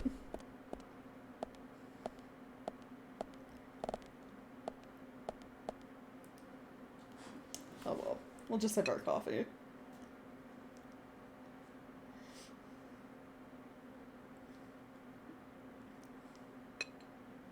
Do not act without thinking first. Lucky number 3. So, my lucky number is 3 today.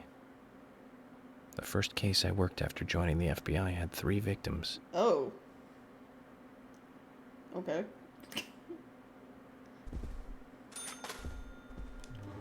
I can't actually eat the food in the cafeteria, then, I guess eat moderate amount of hunger. Eat the random salmon we found in that locker.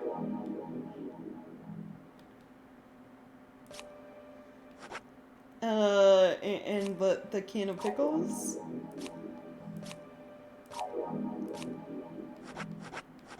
There we go. Nice.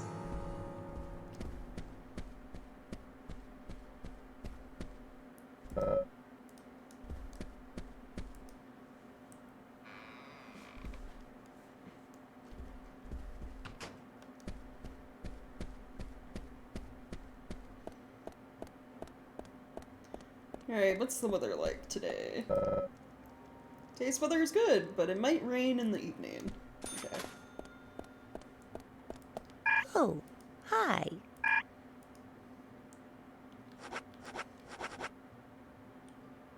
Polly, why do you sell 10mm ammo? Auto bullets, by the way, for the submachine gun. Why are you selling these? Ooh, sugar donuts. Yo, I can buy a fishing rod and go fishing. Hell yeah. She sells bullets, so good.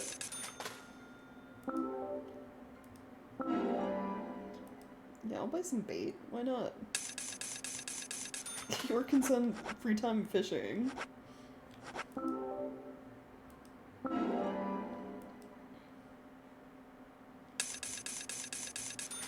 This is also a sporting goods store, yeah.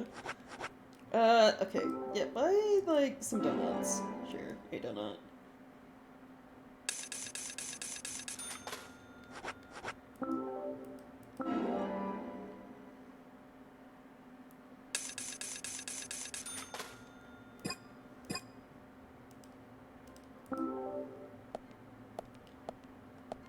Okay, I'm gonna save again. I'm gonna try my best to do, like, as many of the little side missions as possible. Because, I mean, this game is weird. Like, the side missions, I'm just thinking of, like, you know, like Yakuza. They've gotta be, like, weird and crazy in this game, too. At times.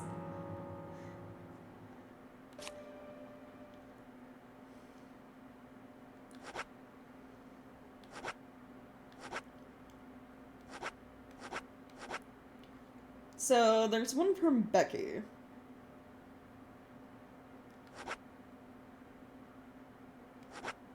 It's yet to occur. Do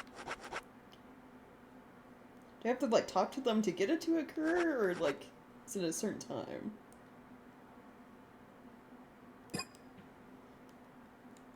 That's the next question.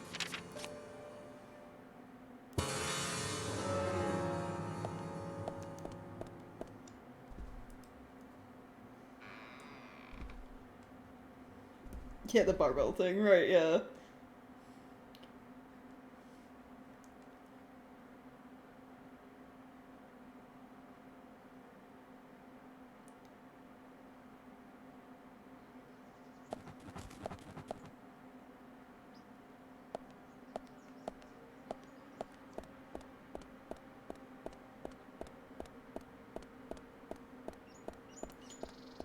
I'm gonna see if I get in this car. Is this the one I was driving? It was. It only has like 40% gas, so I don't want to take this one. Take the other sheriff's car. I like that they left me like 3 vehicles to drive. Oh, your car crashed here. Have 3 more.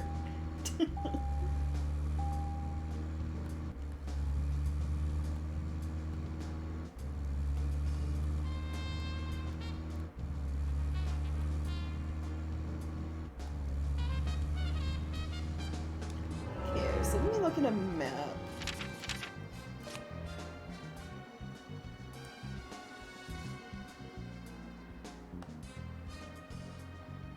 Where's everyone located? So Nick's at his house. Sheriff's Department. A&G Diner. I wonder if it's like a little too early for people to be like awake.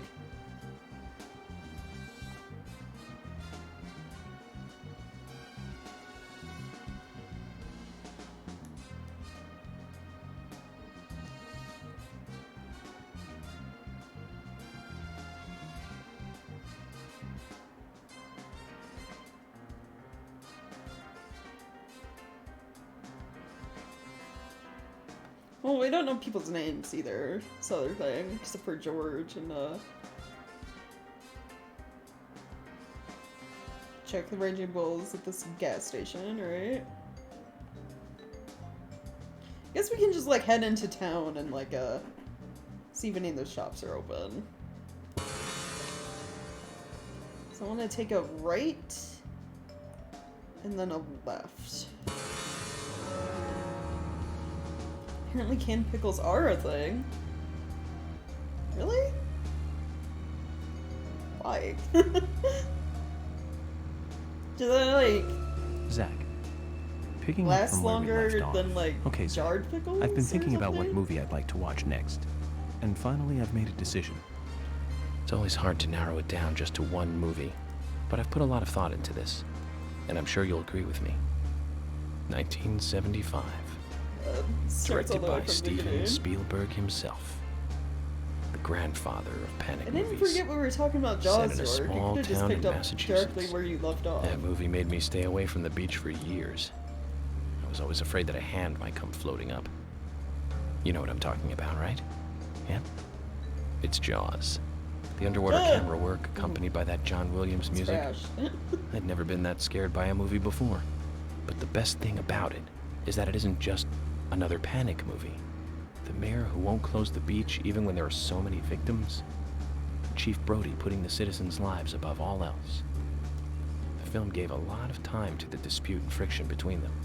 It certainly had a lot of messages for a 2-hour film. That's probably another reason why it was such a record-breaking hit. One of my regrets in life is that I didn't see it at the movie theater. I guess I was still just a child back then.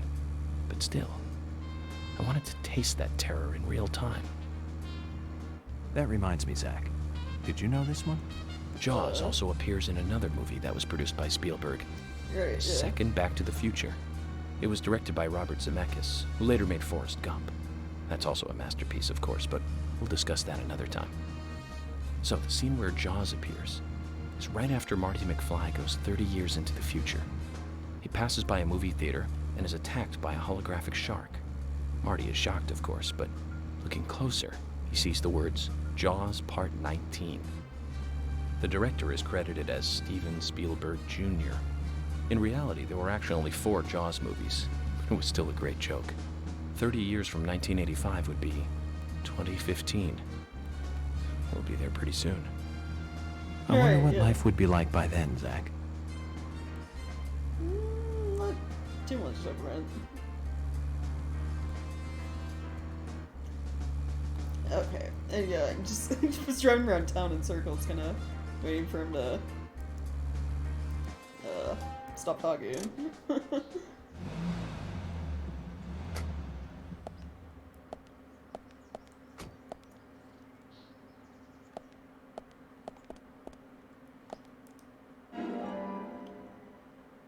Okay, he's like going around like collecting trading cards. I don't know if any of the buildings are open yet.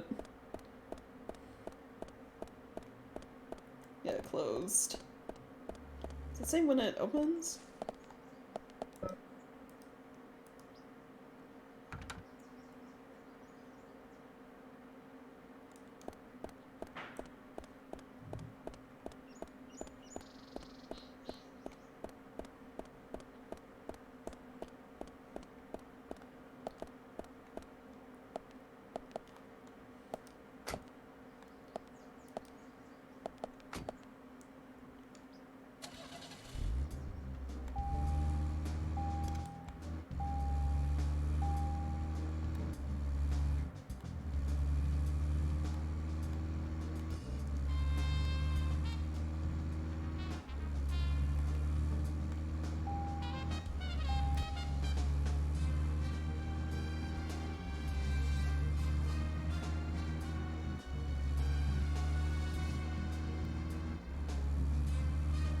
Yep, the diner is also closed. Everywhere's closed right now. Guess it's too early in the day.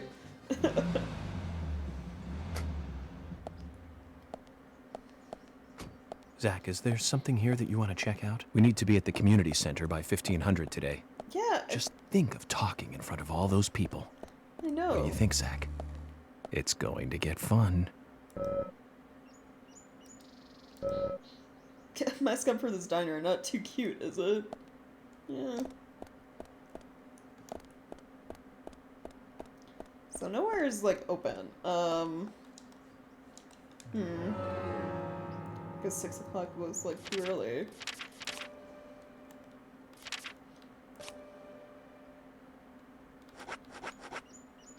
Smoking passes time, right? Yeah.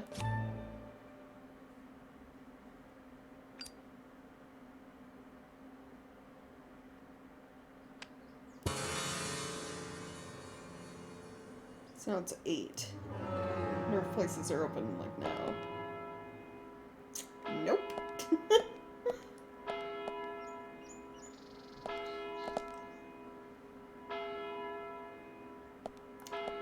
Okay, yep, I guess I'll just, drive around collecting trading cards then.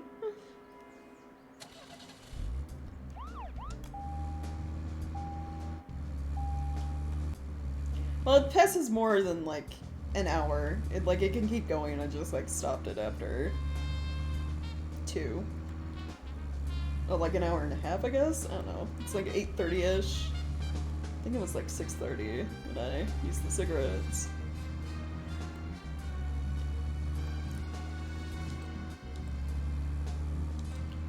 Okay.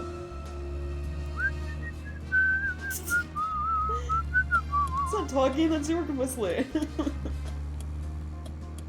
Definitely not tobacco, yeah. Okay, there's a trading card out this way.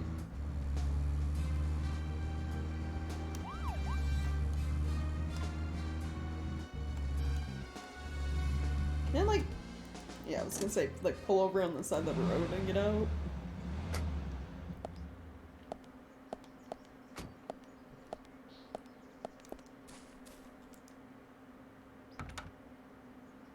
It's locked.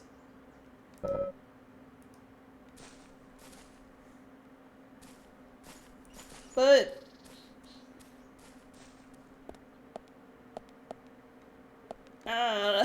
but trading card on the basketball court.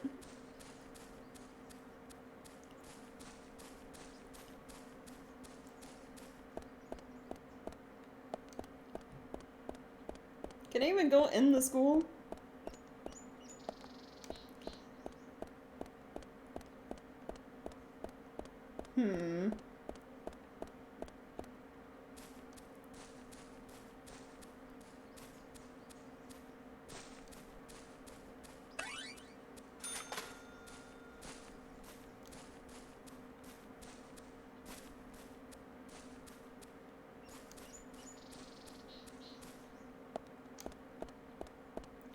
Trying to look for, like, a way over there. But they got this area, like, fenced off, more or less. Yeah, how the fuck? How's the game expect me to get, like, any of these trading cards?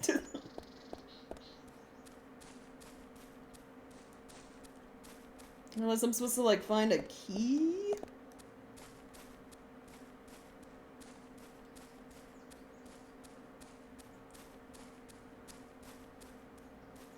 Because you're an FBI agent, otherwise going into school won't end well, right? Yeah.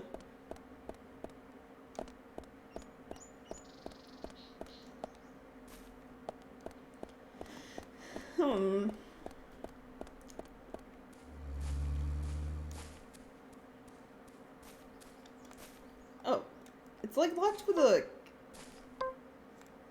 padlock on the other side. Can I like shoot through the fence? I can't.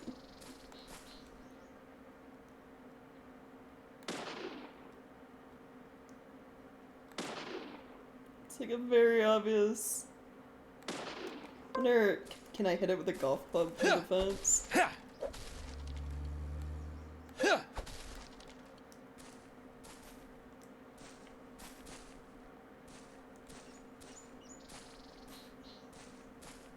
But then, like, how do you...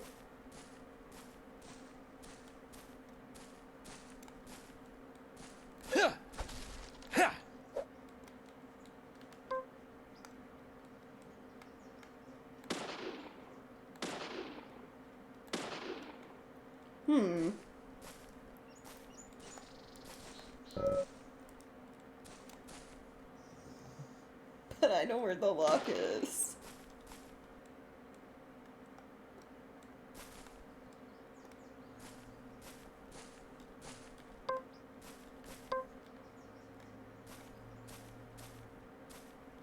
You can't even... You'd have to be able to, like, go in the school and come out the back to, like, shoot that. Because there's no one else to, like, go inside.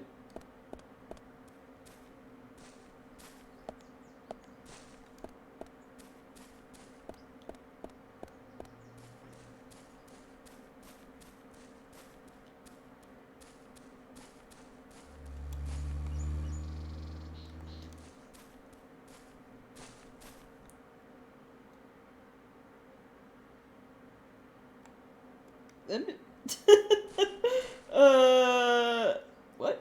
Like, I don't know, I guess leave it for now. Jeez.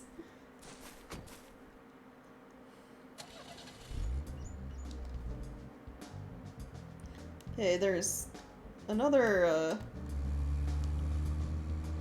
trading card at the bar up here. Question is whether or not it's like inside. So everything seems to be closed at the moment.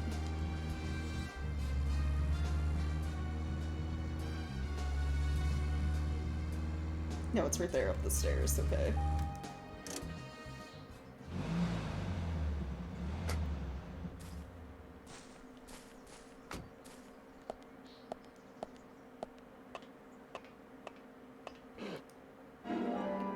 Record player, okay.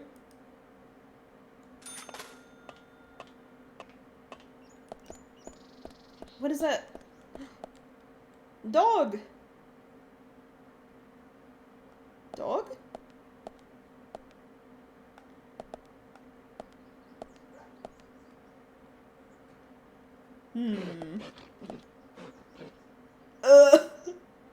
This is some, like, crazy noises for that dog to be making.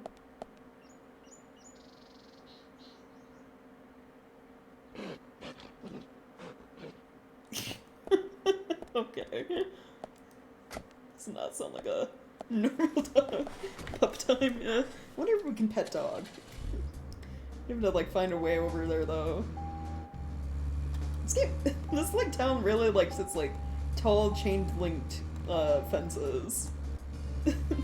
Preventing you from, like, going anywhere.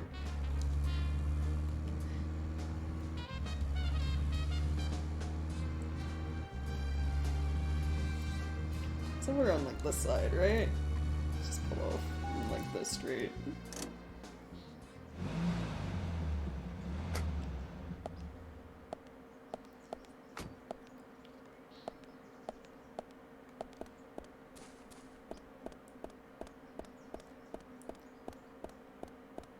No, dog's gone. Where'd it go? We literally just saw it. No, dog.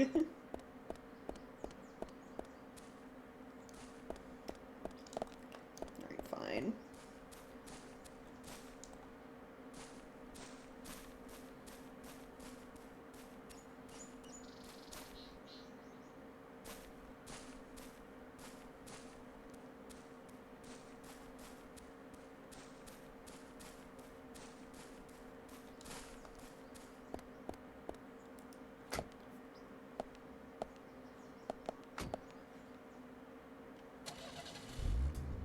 Alright, where else can we, like, go?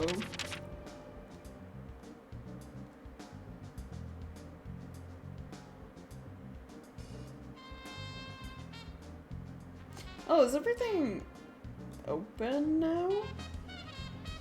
Emily and George and everyone are at the sheriff's office. Unless they just get up early. Where's the community center at? I guess that's my next question.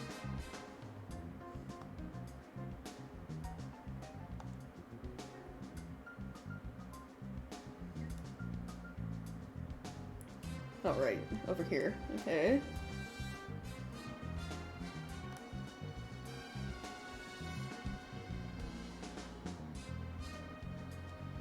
Does that mean the diner's open now?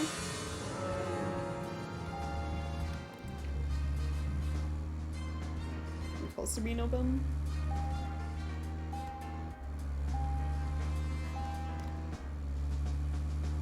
If everything's still closed, I'm gonna like drive back through town a little bit, then I'll probably just head over to community center.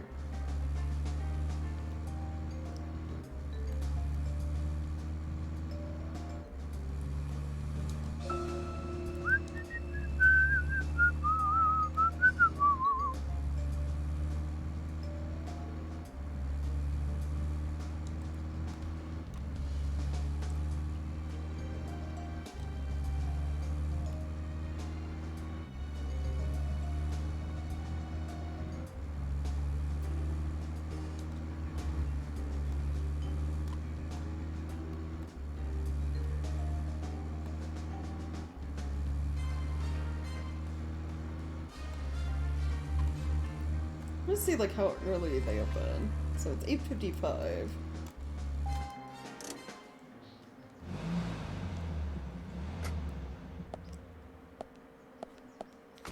Zach, is there something here that you want to check out? We need to be at the community center by 1500 today. Yeah, Just I know. think of talking in front of all those people. What do you think, Zach? It's going to get fun. I just want to see like when everything supposedly opens. Unless, you know, everything's gonna stay closed until I meet all the townspeople at the community center.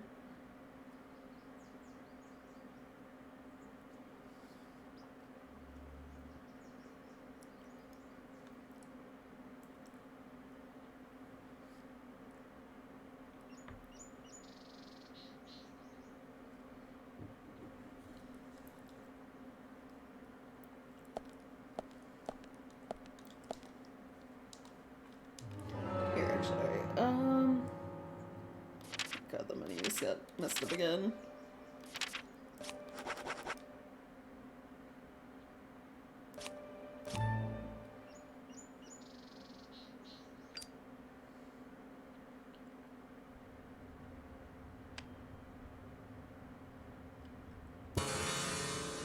Okay, it should be around, yeah, 11 now. Oh, there we go.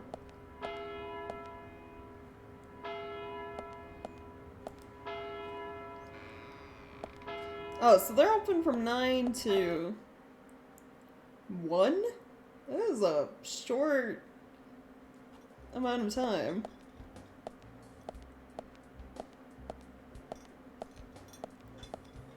Can I order food?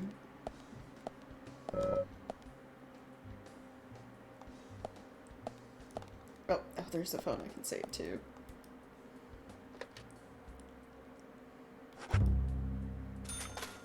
Nice.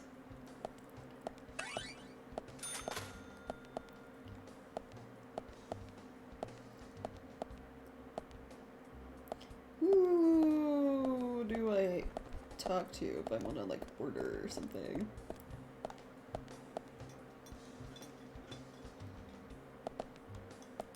I got a trading card for coffee.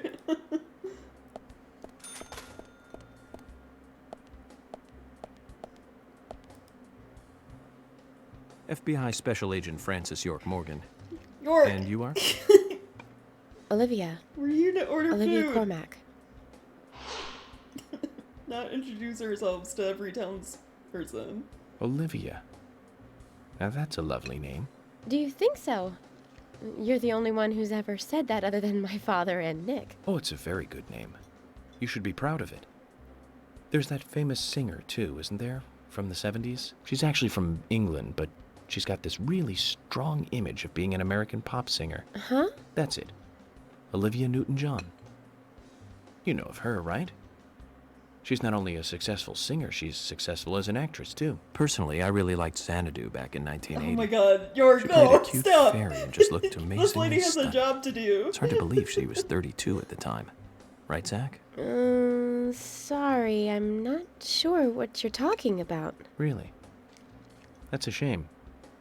You should watch it when you get a chance. You'll learn to love your name. Oh. Okay. So, Olivia, do you know anything about Anna that might be helpful to me? Oh. She was a bright and lovely girl. Like, ever just jump into I questions. can't believe she... Did she ever look worried or anxious? No, not really.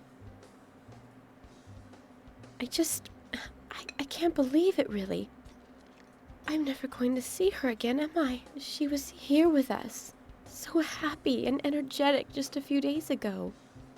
She and I, we were getting all excited over some new dessert. Thank you, then. If you remember anything else, let me know. 68 a day and Peter says it's expect snow tomorrow. Oh. Ooh, fun. Yeah, that sucks. Olivia, I wanted to order food. Hi there.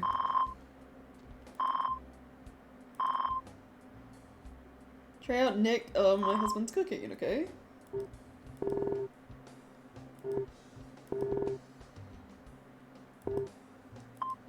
Yeah, what do you think, Zach? I like as she pauses.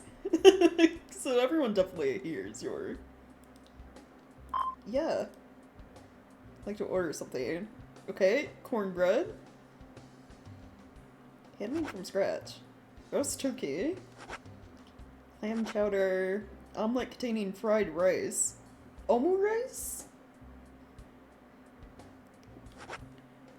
Onion rings. Macaroni salad.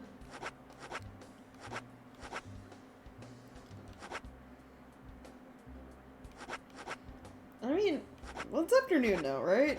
Should probably eat, like, lunch. Yeah.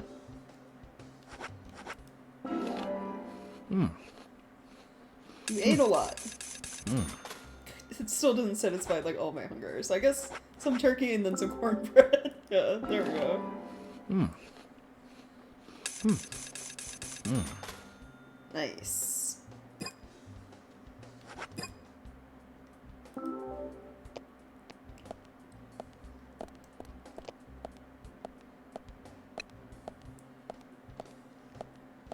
Guess while we're here, I mean, we'll be talking to everyone, like, in town, right? At the thing.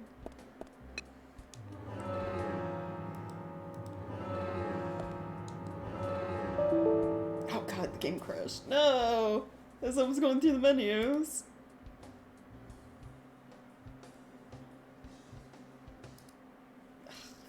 Ugh.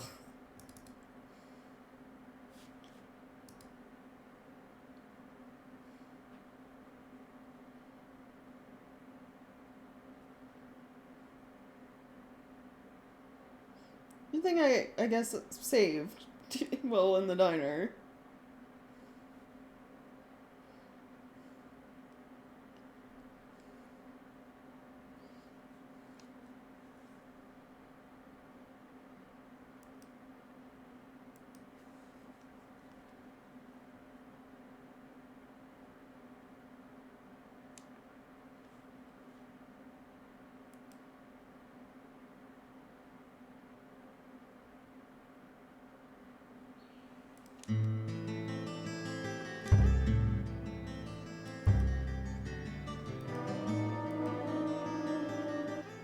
Previously, during the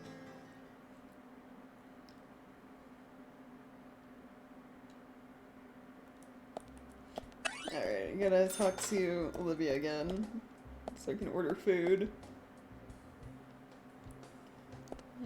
Where is she? Oh, there she is.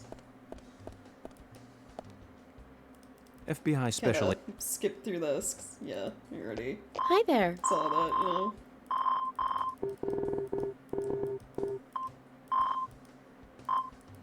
Alright.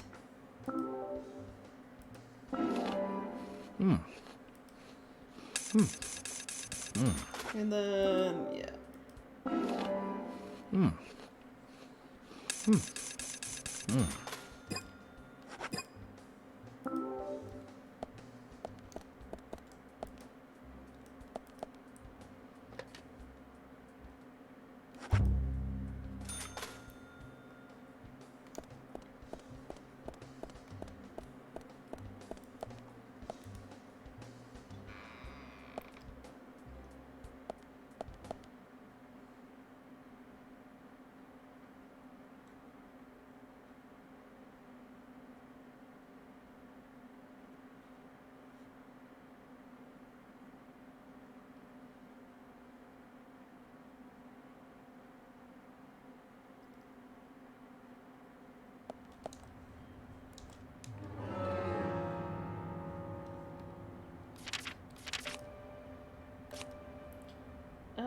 Let's see.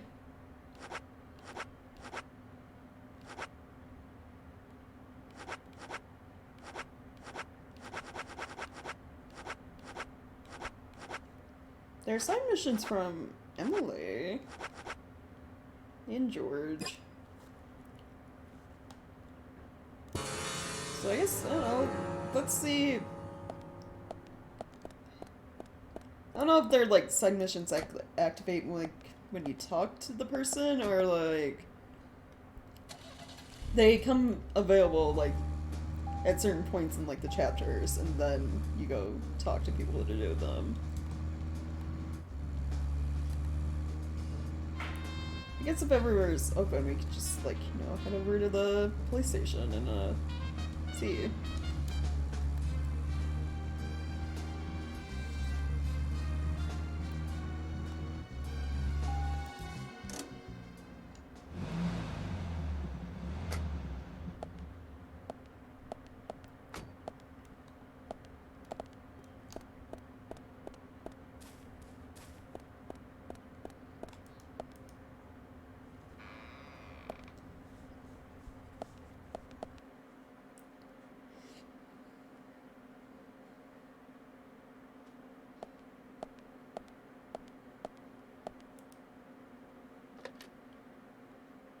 It's gonna be very frequent in the saving with the crouching and stuff.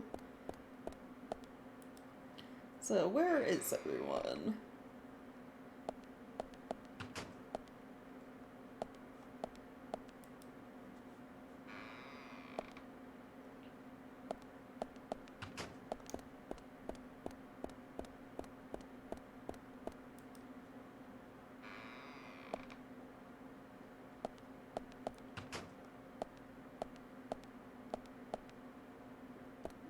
Apparently, Thomas would have served us lunch.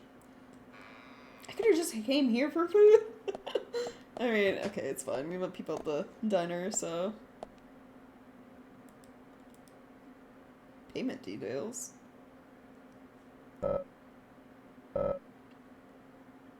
Investigation fee, extras, penalty.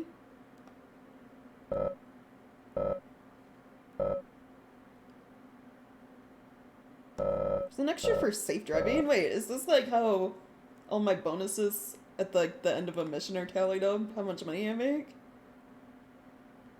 $16 a day. There's extra for working overtime, for observation, bank transfer, daily reporter, safe driving, long distance, side missions, profiling, lunch. There's extra for lunch. Shaving, trendy clothes, not smoking. Cold blood, fortune telling, extra for checking the weather. And then bonuses, agent honor, enemies, headshots, info gathering, observation, fish release. What? You get money for releasing fish? Penalties, vandalism, car accident, stinky. So, not shaving, being gross, not washing my clothes. Yeah, it loses me money. For being rescued, so if I run out of gas somewhere and have to use a flare. Oh, amazing. Thomas made a turkey sandwich, right? Hmm?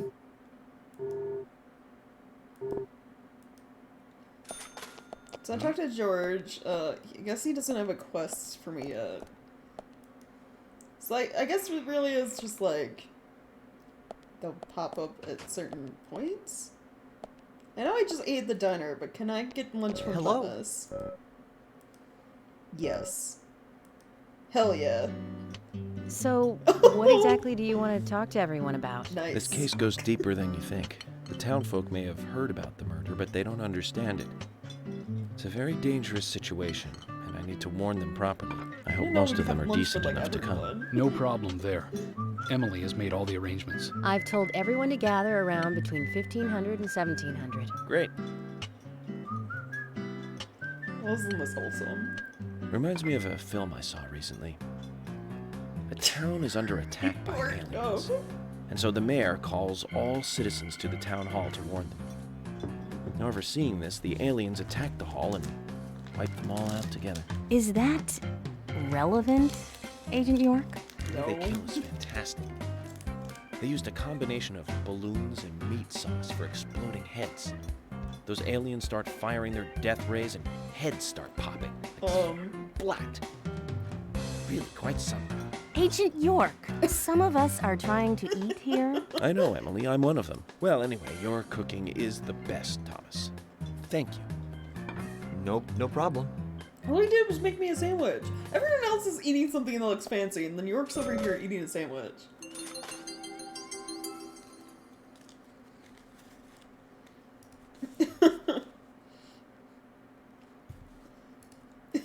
Okay.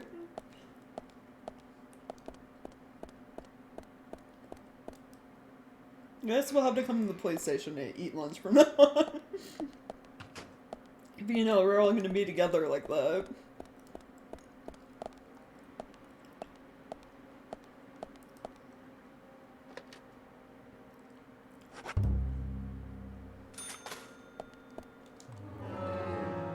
So I saw George in there,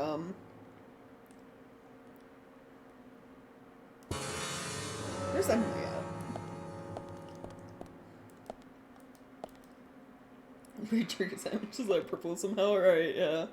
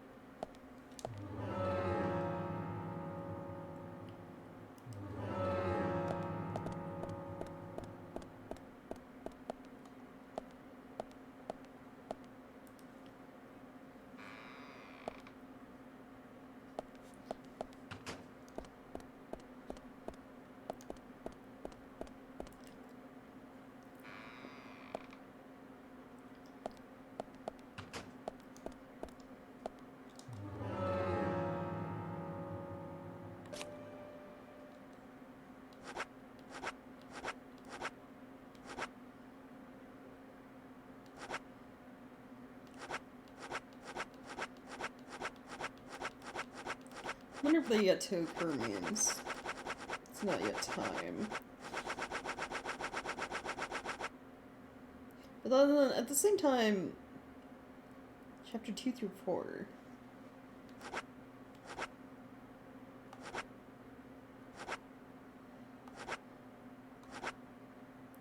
I don't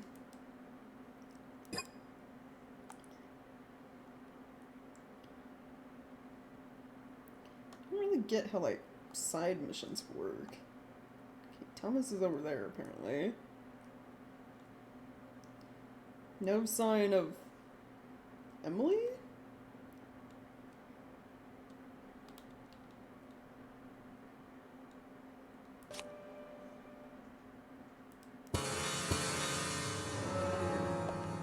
Alright. I'll probably just go over to the community center.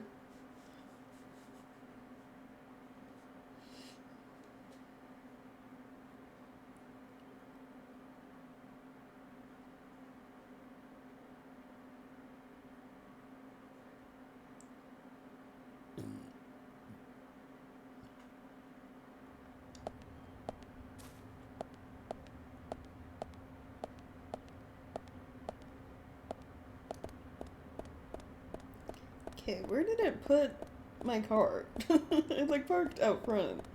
It really put it all the way back here. Jeez. Alright.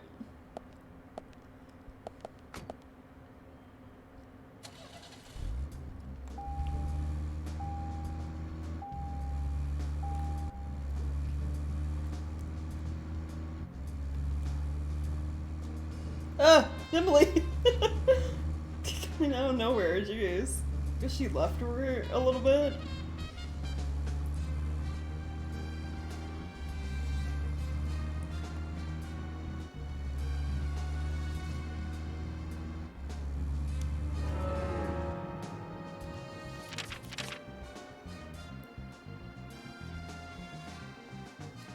Okay, I'm gonna take a right and then a left. Second one.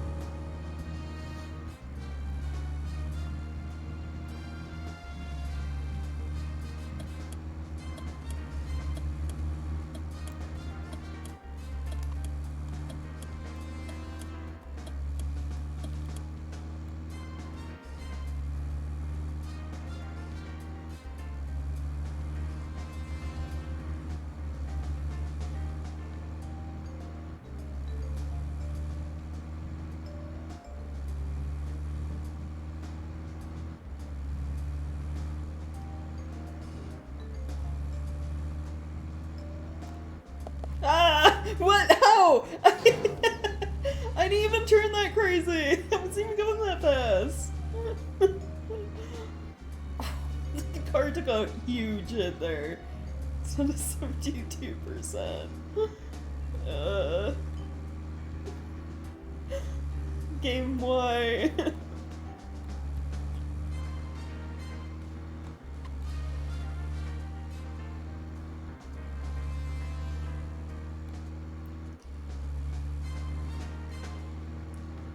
Can I just like park and then like pass the time?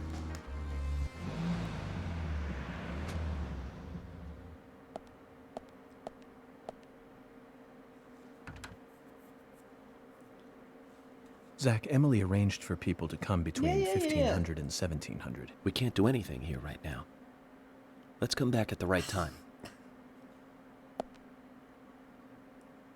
Where am I? Ah!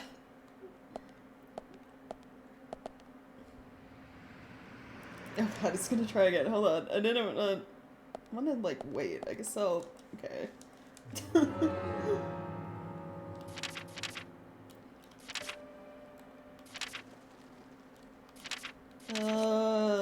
Cigarettes?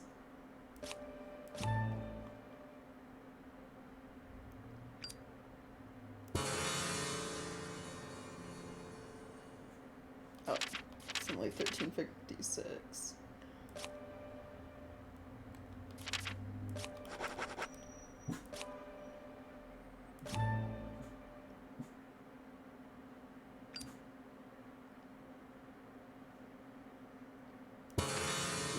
Yeah, there we go.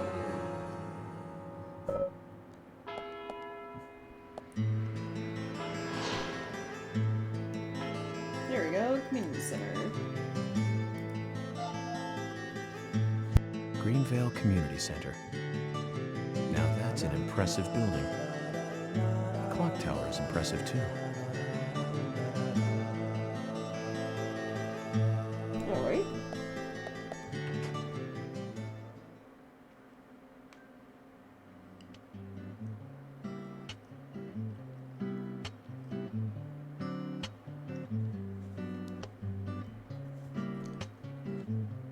There's a lot more Zach, people I than haven't been on thought. stage like this since elementary school.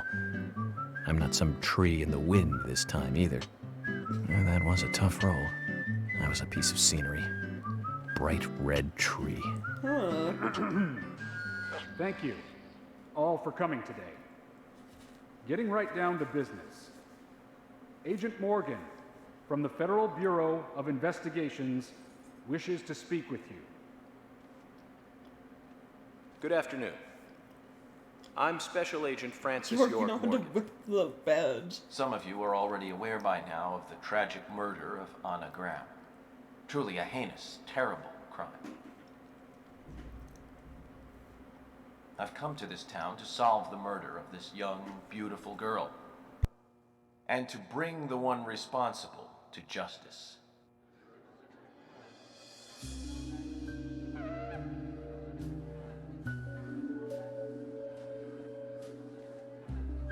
Unfortunately, incidents like these have a tendency to happen again. I asked to have you gathered here so I can share some advice in order to minimize the risk of further fatal incidents. Firstly, please, stay away from any dark, dangerous, isolated places. Right, that should be obvious. Those of you with children, especially of Anna's age, please guide your children away from such places at all costs.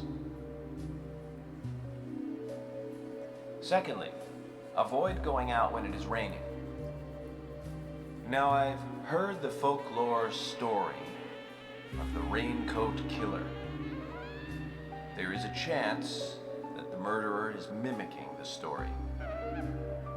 Women should also be especially careful. I would hate to see more victims.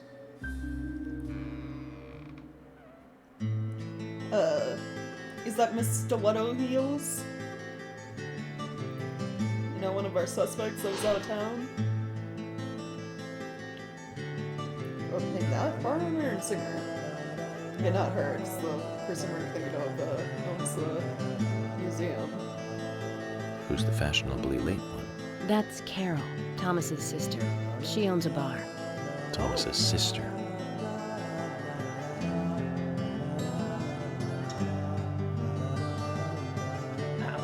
Excuse me. So, as I have said, avoid going outside when it is raining. Young women should be especially careful. Report anything or anyone suspicious immediately. The murderer will be caught and brought to justice. But you must all remain on guard until we do so. That's all I have to say. Thank you. Alright.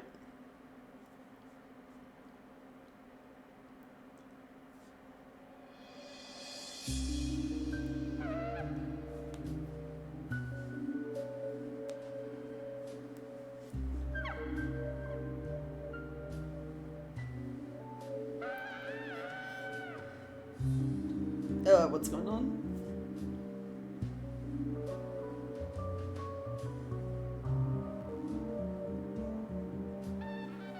When paying for our sins, we must not frown. The loss of Anna was for that debt. But and it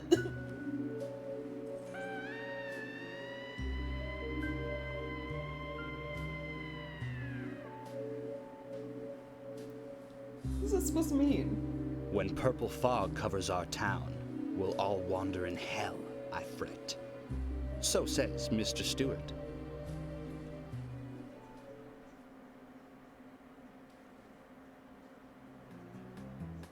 What?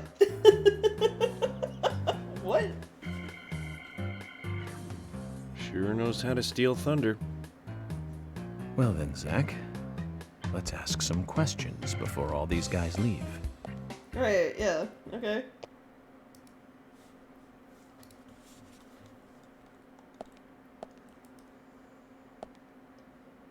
Agent Morgan, here's your chance to get to know some of the townsfolk. Yep. Don't let it go to waste.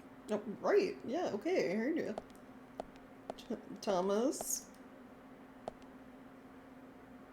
Agent York, your words really made me think about Anna's death again. Oh. How could one do such a terrible thing? I'm still in shock. Thomas, I forgot to ask. You don't have a tattoo on your back, do you? Tattoo? I do, actually. But why? Could you show it to me, please? What? Now? Here? Yes, please.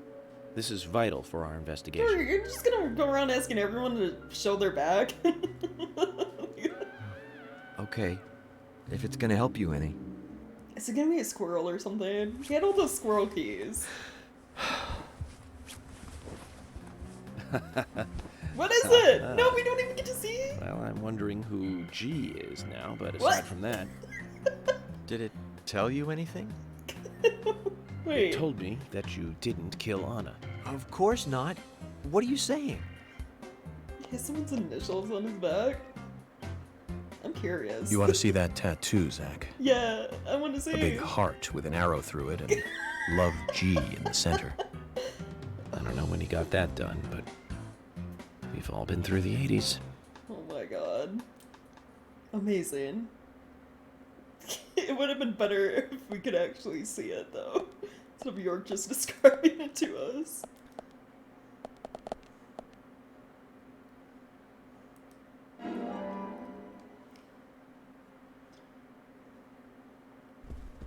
Okay, I think the game, yeah. Oh, yeah, the game was like, yo, you're getting tired.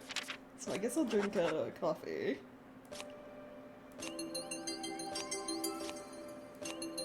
There we go. And then eat this donut.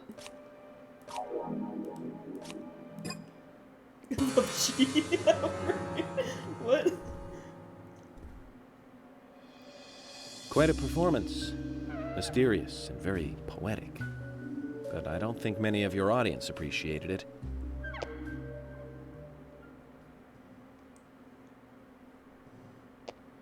Mr. Francis York Morgan, the purple fog appears with rain, soiling and ruining our town.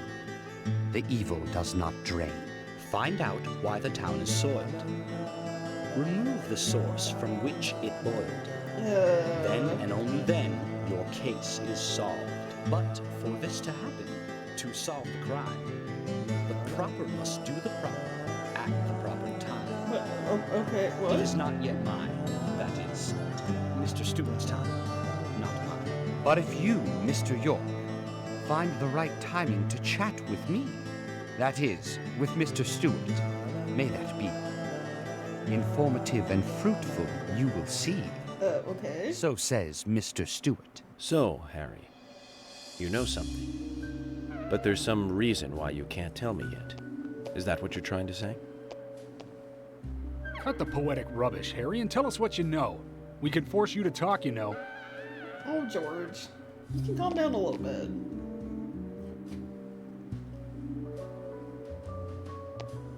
Mr. Francis York Morgan, pay close attention to the signs, the omens, and the premonitions. Small they may be, they still are finds, and helpful to your investigations.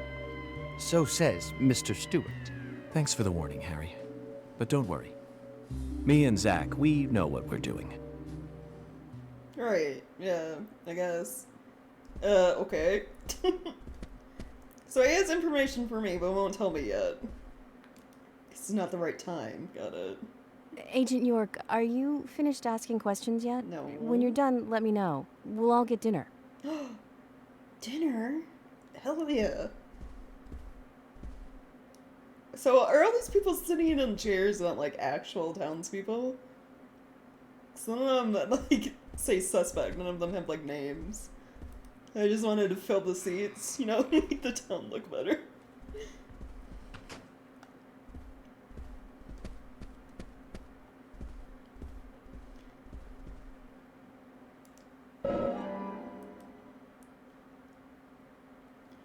Right, Carol, you came in late. Imposters. The background actors. Anna was an airhead. What do you mean? Are you saying she was killed because she was an airhead?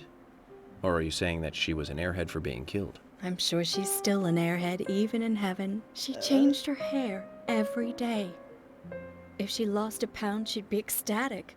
Gain one, and she'd almost be in tears. She broke many, many plates every day at the diner, and she'd always have a smile on her face. Always having fun. Everyone looked at her and knew she was a cute, adorable, loving airhead. But they would be smiling right along with her. I wouldn't be surprised if the angels smiled with her too. Okay.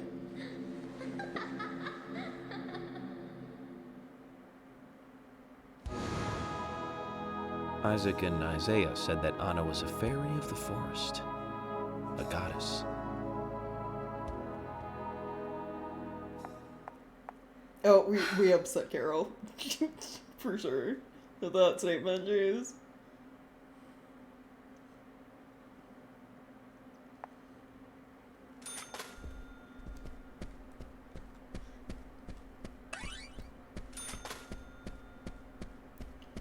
That was one. Apparently you two. Cowboys? Wannabe cowboys? Q. Okay. I'm FBI Special Agent Francis York Morgan. So Anna was killed. But why does that bring the FBI here? Quentin Dunn. Alright, his initials are FK. We gotta remember that, the coffee. I have an interest in murder cases More name. involving young women. Well, you know, man, it's not him. this might just be another case to you. But it means the death of a friend to me. I don't want you taking this lightly like it's just another case. I never take anything of this nature lightly, I assure you. I'm here to apprehend the perpetrator who did this. Yeah, because local enforcement can't shine their own boots, right? Good point. You can't always count on the police now, can you? But that doesn't mean you're going to capture the perpetrator yourself, Quint. How do you know my name? I memorized the name of every citizen before arriving in town. Okay, York. I also know about you and your significant other. You mean Becky? Don't underestimate the FBI. We know and see everything. I'm sorry if I was a little harsh. I want to help, I do. Okay? Okay, Zach, I'll tell you how I knew his name. He's got a small Q on his hat. And that was the only name beginning with Q that I could think of. He was even kind enough to tell us his girlfriend's name. I can read him like a book, Zach. Oh my god. What if he had gotten it wrong? Well, to be honest, I can't think of any names outside Quint that start with Q either.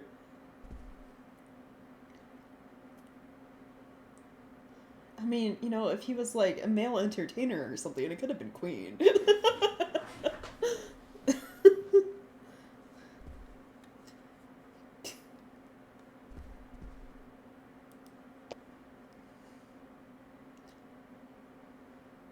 You're York, right? I'm Richard Dunn, the owner of the Darts Bar, Swery 65. Alright, okay. Quickly. How'd you like the town? Oh, it's great. Aside from the murder that happened here. Yep. Murder just doesn't fit with a small town like ours. Well, Richard, I'll have to correct you on that. Crimes don't care about size. Big town, small town, just isn't a factor. I guess you're right. So, how did you know Anna? I've known her since she was a child. She was the same age as my son. You know, she always stood out, being pretty and all, just like her mother, Sally. What do you know about Sally? Well, I went all through school with her right here in town. I never thought our children would be the same age. I don't see her here today. Ah, well, see, she lost her husband, and this time it's her daughter. She's at home right now, trying to make peace with it all. You seem to know a lot. How long have you been in love with her? Oh, don't yeah, go there. what? That scar of yours tells me you got your hands full too, right? Let's not dive into personal matters. It'll be better for you and me. You're right, Richard. Collecting gossip won't help with the matter at hand. Interesting. So, Richard, well, if we're going off of what York said, and Richard, like, Anna's mom, Sally?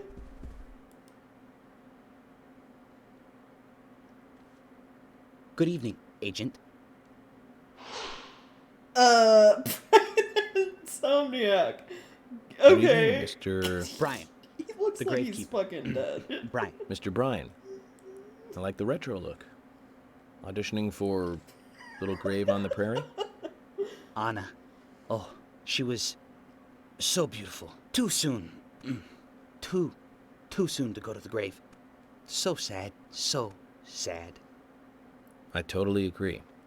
That's why I'm here, looking for the one who did it. Were you close to her? Anna. Her smile. So warm. Anna. Blonde hair. So bright. Well, he's weird. There's a graveyard somewhere in town, Zach. I'm not excited about the idea, but maybe we should at least check it out. I guess.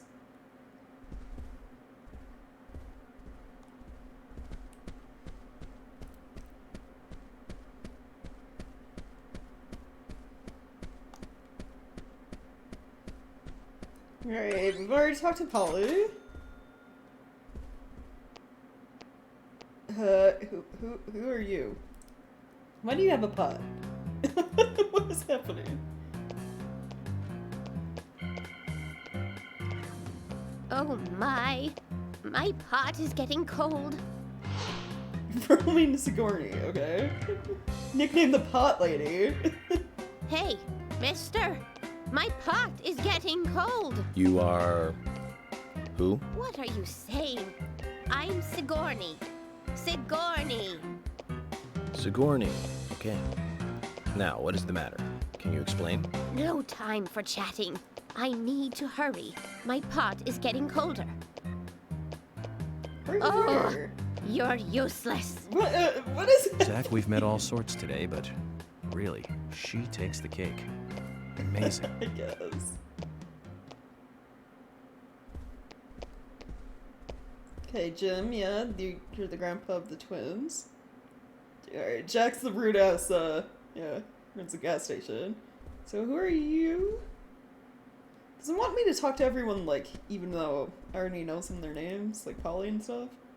Mr. Morgan, you're quite an impressive public speaker. I guess so. Really? I'll have new things to Thank say. you, Polly. You reminded me a little of a play I saw when I was younger. What kind of play? I'm talking about back when this place was still called the Mercury Theater. When I was young, I used to come here often with my husband.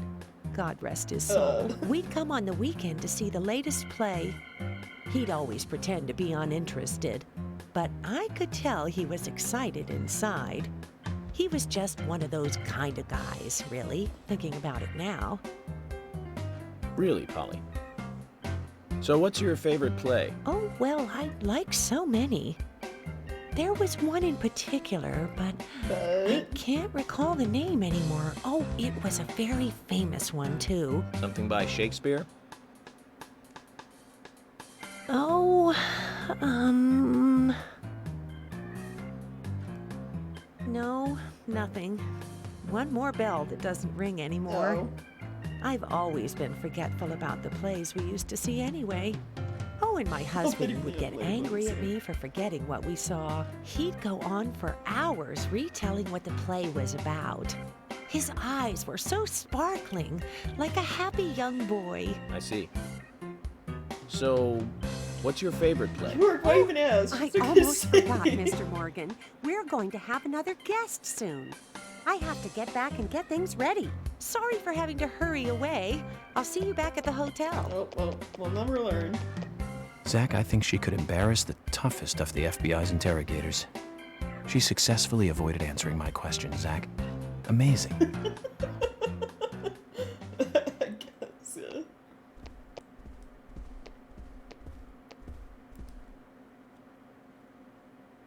Jim, thanks for your help in the forest. How are Isaac and Isaiah? They're fine. They really seem to love their grandpa. Well, I guess they do, son. I want to keep them away from the filth of the material world as much as I can. Okay. Their mother agrees, which is why she lets me take care of them so often. And that's why I want you to solve this case quickly and go home.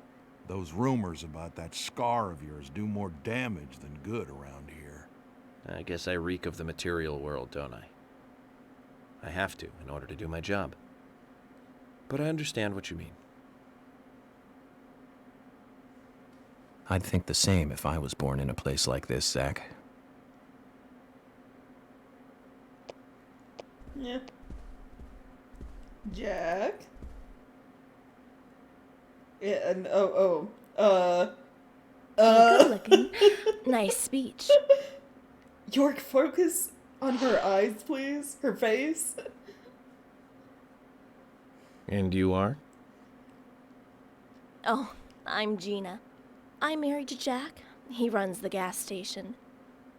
Call me the Rose. Can I You not? look pretty revealing. Oh, this old thing. Oh, you should see some of my other clothes. You? Oh, now you are cool. Oh my god. That scar really is a turn on. You should come to my station. I'll give you a little extra service. That would be great. I can't believe how expensive gasoline is nowadays.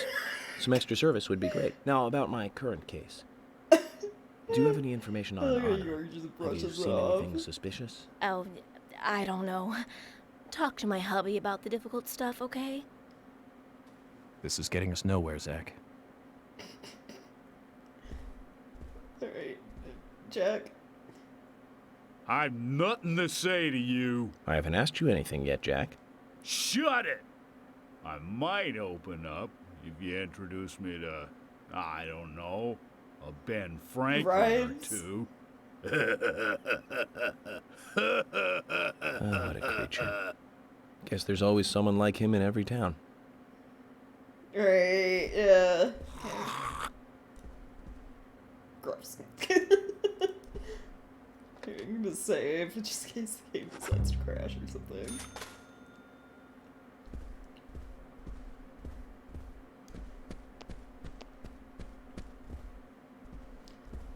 Okay, now you guys, what is your deal?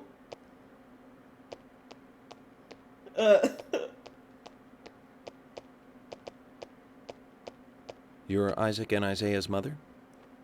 Yes, I'm Lily. Alright. Keith's wife, got it. Nice to meet you. I'm FBI Special Agent... Agent York, right? You are good. The handsome special agent from the Ooh, big she city. thinks I'm handsome. The facial scar trademark. The way you introduce yourself. Everyone's talking about you. Well, I can't say much about the scar. But the way I introduce myself, Zach and I consider it a kind of ritual of sorts. Everyone has their own rituals. It's like always leaving the house left foot first. It's one of those things. You certainly are a funny one. So, have you noticed anything strange or out of place recently? Well, Becky's been taking a couple of days off from work, but aside from that, I heard she was in shock after the murder. But, You think there's something else? well, I took the boys along to see her today. She's always so kind to them, and they love seeing her too. But she took in the boys and told me to wait outside. Oh. Something about a special secret between just the three of them.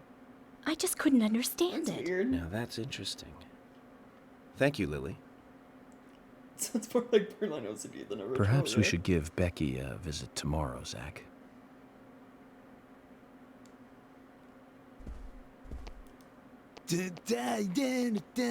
Oh my god. Yeah! Bruh. Hey there, FBI. I'm Keith Ingram.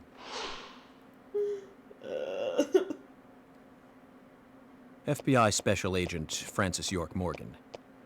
Please, call me York. That's what everyone always calls me. Okay, York. No problem, man. So, Keith, I hear you run the Milk Barn convenience store. That's right, man. Rock and roll! Do you sell raincoats there by any chance? Yeah, but nobody ever buys them, though. Anyone who wears one of them, I say, just ain't a rocker. But you know, that scar of yours, now that scar rocks. This scar rocks? Now that's a new one. I'll drop by your store soon, and let's talk then. Yeah, cool, man. Rock on, FBI! Alright, thanks, Keith. Jeez. Like, weird-ass people in this town.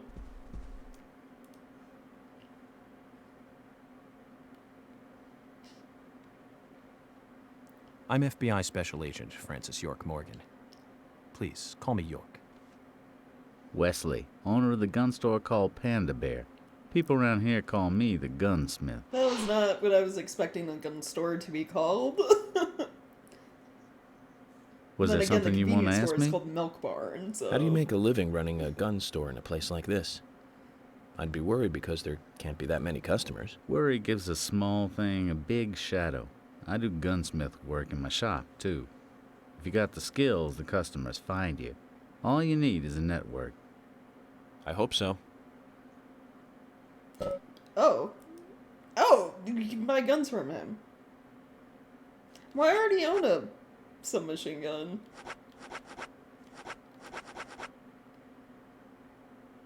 Though he sells bullets for it, too. Maybe we can just buy some. Yeah.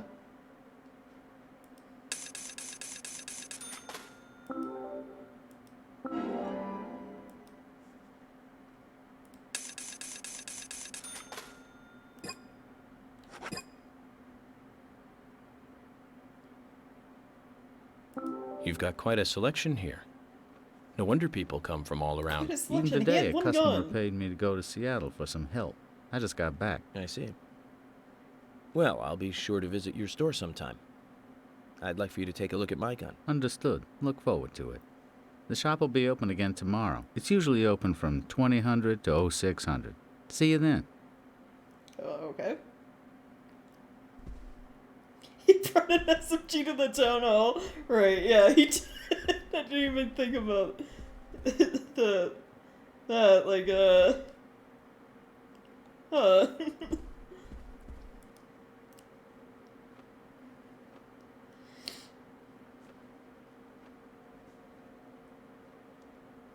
I'm U.S. Special Agent Francis York Morgan. I presume you are the owner of the diner that Anna worked at? That's right. Okay.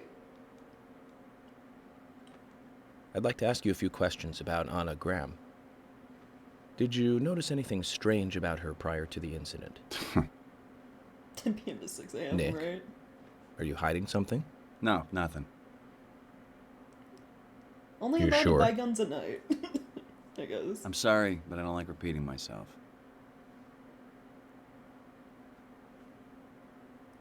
Oh, thanks, Snake. Very helpful. Olivia, we met. Anything new? Can you tell me if you noticed anything strange about Anna before the incident? Well, I'm not sure if this will be of any help, but... Anything, no matter how small, could be of help. Well, you see, the diner closes when it rains. Many shops do that around here, as you might have heard. Anyway, Anna always seemed unfocused the day after it rained. And came in late, too. It was almost as if she used up all her energy the day before.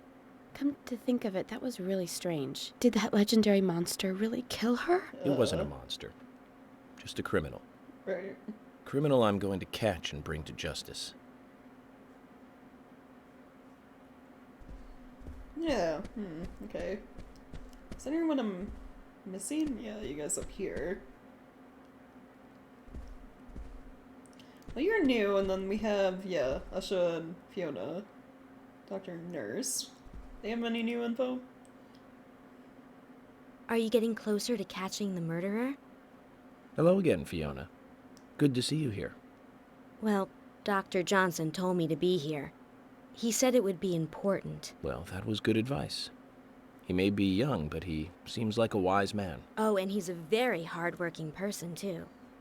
Everyone thinks he's some kind of weirdo, but I don't think so at all. People don't understand why he's in the autopsy room all day, but I do. He's doing research to make the world a better place in the future. You know, he already made a fortune in LA with his career. I did not know that. I didn't either. Doing what? You didn't?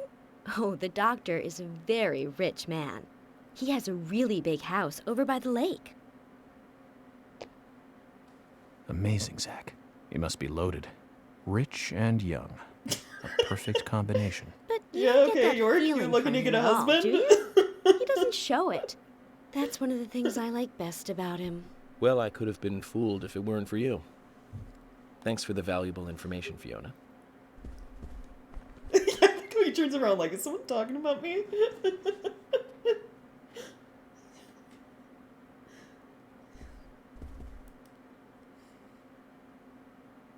Agent York, you make any progress? Of course, plenty. Tell me, Usha, when is Anna's funeral? That's still undecided. Sally isn't really in any condition to do it right now. Right. Her mother? I don't see her here. Anna was the sole That's reason what for I know living after her husband was deceased. Well, she's probably huddled up at home. And I should probably take some time to pay her a visit. Well, yes, you should. And I'd appreciate it if you could, too. But don't go too hard on her, okay? Right, yeah. Okay, and then maybe... You look like the only other person we haven't talked to. Well, actually, I never went down this hallway. Oh, wait. No, yeah, I did. I talked to, Is her name Carol? I already forget. I think it was Carol.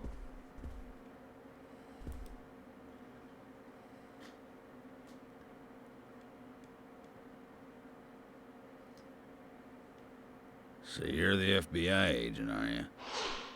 The general. Oh, okay. I'm FBI Special Agent Francis York Morgan. I'm the general. I fought for my country in the Vietnam War. A real-life war hero. So why are you living here? Soldier, this is my hometown. After a man returns from war, there's no place to go other than his hometown. Okay. Your little speech, you mentioned the raincoat killer. Right? Was that a problem? You imbecile. The raincoat killer's no myth, not mere folklore, and a fairy tale. It's based on actual events that happen in this town. Wait, It really? is. I'm interested. Can you tell me more about this? You kids today don't even know how to ask for something right. Soldier, if you want to hear more, you come to my office. Oh, okay. He literally exudes raw power, Zach. Despite the credibility issues, we should give him a visit. One thing, though. Calls himself a general, but isn't that a sergeant's uniform? Oh, man, I didn't even notice. Sus. Agent Morgan, I'd like to let everyone go home now. Let's go outside. So we got a couple of people to, like, meet up with and, talk to get information. The general about the raincoat killer, Sally, Xana's mom. I already forgot who Olivia brought up. Or not Olivia. Isaac and Isaiah's mom. The lady she mentioned. Some sort of a secret or whatever. Sergeant First Class,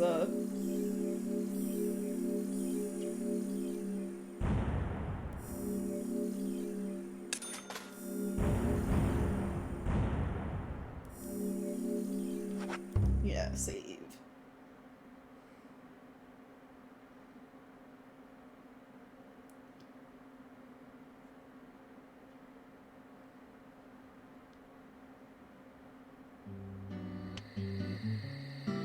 Well then, Agent York, do you have any plans for this evening? I was going to head back to the hotel and go over my notes. I need to contact HQ and give a progress report, too. Okay, then let's call it a day here. Sounds good. Contact my office when you finish your report. We'll pick you up tomorrow morning. Diane, But the owner of the art Emily gallery, wanted to should get be back dinner. All right, then. Let's do that. Hold on, Agent York. We're going out to eat at Nick's Diner. Would you like to come with us? The diner? That might be nice. Thomas is a great cook, but Nick is the real deal. No visit to Greenvale is complete without eating at the A&G. A very appealing proposition. Zach, what do you think? We can always go back to the hotel after eating dinner, or go directly back to the hotel. You decide, Zach. I decide. We're gonna go eat dinner. Mm-hmm. Nice. Yeah. Look how happy Emily is that we're going out to eat. Like, come on.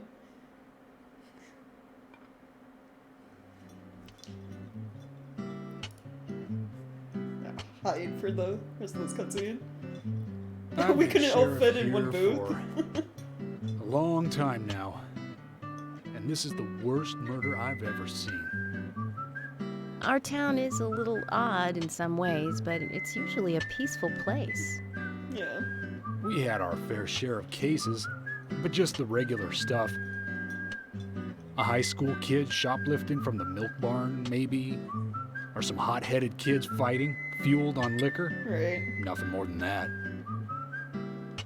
Agent York, what kind of cases have you dealt with in the past? Oh, I don't Not know much if you want to different ask from those that. you've just mentioned. The case I was on until last month, well, the guy killed 7 girls in a 3-month period. Oh.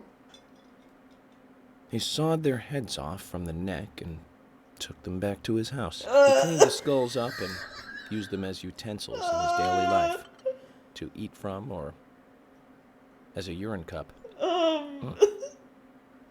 He hated women. That was his way of dealing with it. He'd fill skulls with ice, cola, and rum. York. Then he'd down it in one gulp. You're definitely making people uncomfortable. For him, You that should was a probably holy stop. ritual. The question of his mental state was the pivotal point in the court case. Oh, man. For me, he was insane. 100%. Drinking from the skulls, well, that is one thing, but those he had used to relieve himself, he would then just use them to drink from, too. Yeah, that was too much for me. It's just not sanitary. Not sanitary. That's probably not the Yeah, problem that's for fucking most of gross. us. What else? Ah, yes. An ingenious law school student raped over 800 victims. That was What the fuck? Thank you, Agent York. Yeah, Now, can we let's talk about something else. You don't want to hear anymore? No. That's a shame, isn't it, Zach? I was just about to get to the good part, too. It sounds like you live in a totally different world. I mean, you're like an elite agent who just jumped out from a movie or something. In your eyes, we must look like we're just playing cops and robbers. I give up. I can't compete with you. Don't say that, Emily.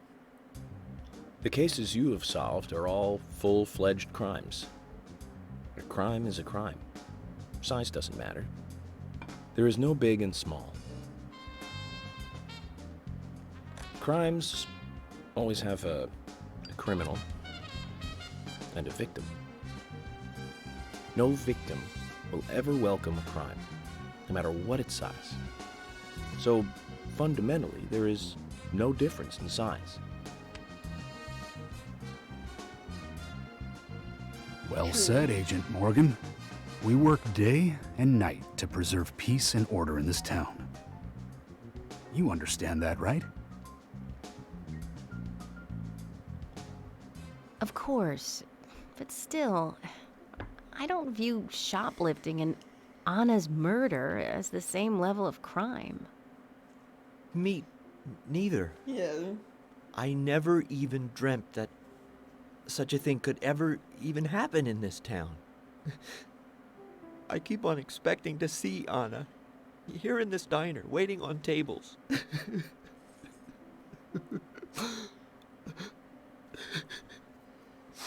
Excuse us, Agent Morgan. We should have made dinner a more uplifting experience. Let's call it a night. Okay. Good night, then. Just immediately. All right, I'm good. Time to go. Jeez. York's gross stories and like Thomas crying. Yeah, it was a bad dinner.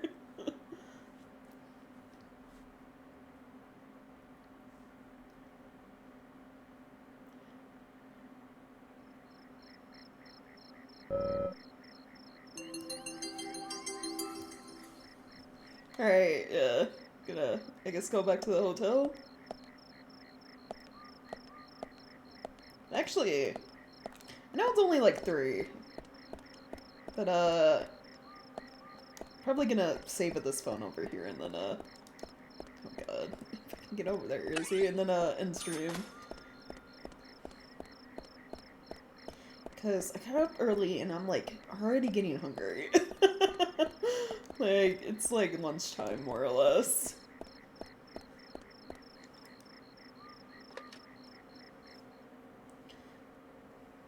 Plus, it's like, I think I mentioned this, like, earlier this month, or at least a couple months ago.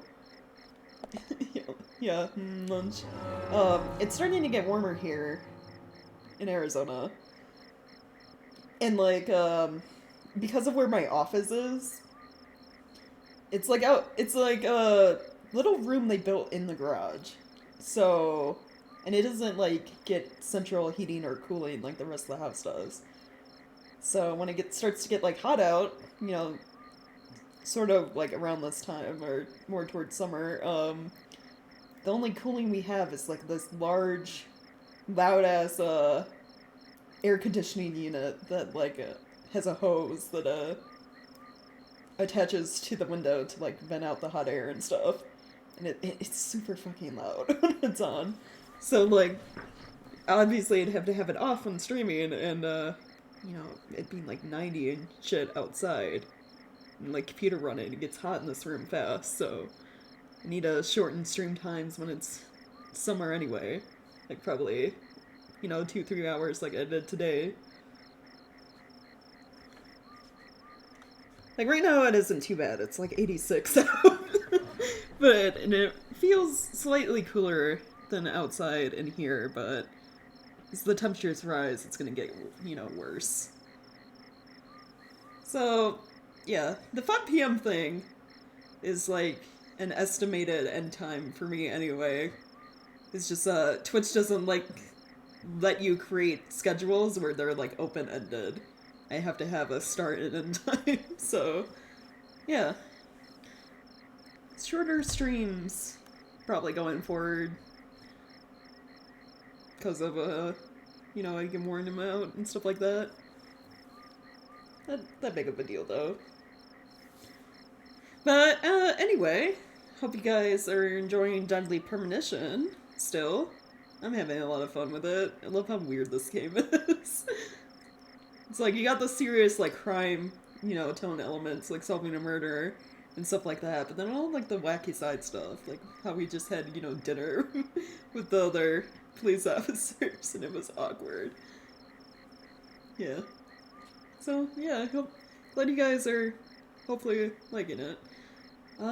So yeah, thank you guys so much for hanging out and watching stream. I always appreciate it. Also, thank you to anyone over on YouTube who's, like, watching past VODs, or even, like, the Twitch clips and stuff. I always appreciate that, too. And I'll see you all tomorrow for more Deadly Premonition. Have a good rest of the evening, everyone.